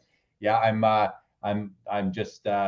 thrilled to have LCG as one of my auction house consignment companies that I'm working with. I'm working with 7 different companies now covering auctions live, and I love it. It's a ton of fun. And this is the only one that specializes in action figures and pop culture, really. So it is a great partnership. Thanks, Dexflow. Craven Cards says, thanks for the show. Enjoyed it. Awesome time. And item. Well, thanks for being here, Craven Cards, and for letting us know you were. Great to have you. And Mark, listen, if you're good, I do have another live. I'm doing PWCC's weekly hockey show. I'm starting in 2 hours, just under 2 hours. So I got to go see the family, have some supper. But Mark, thank you. And Gary Gefter was an amazing special guest earlier on in the show. So I want to thank Gary again. I want to thank you for coming on, Mark, sharing your knowledge with everybody, and working with me on this. It's a lot of fun. So thank you. Yes, and before we go, this takes a lot of people to make this happen. And if one of them's missing, the whole thing is completely different.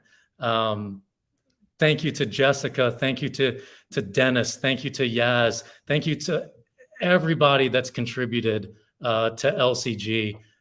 Without you guys, this thing never gets off the ground. It never happens.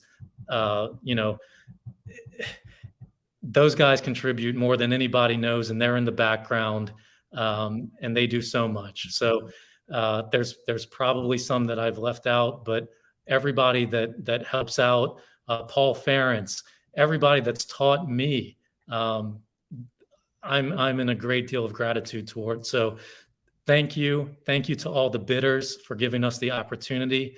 I hope that you're pleased with your purchases, and we'll do our best at getting them out to you quickly.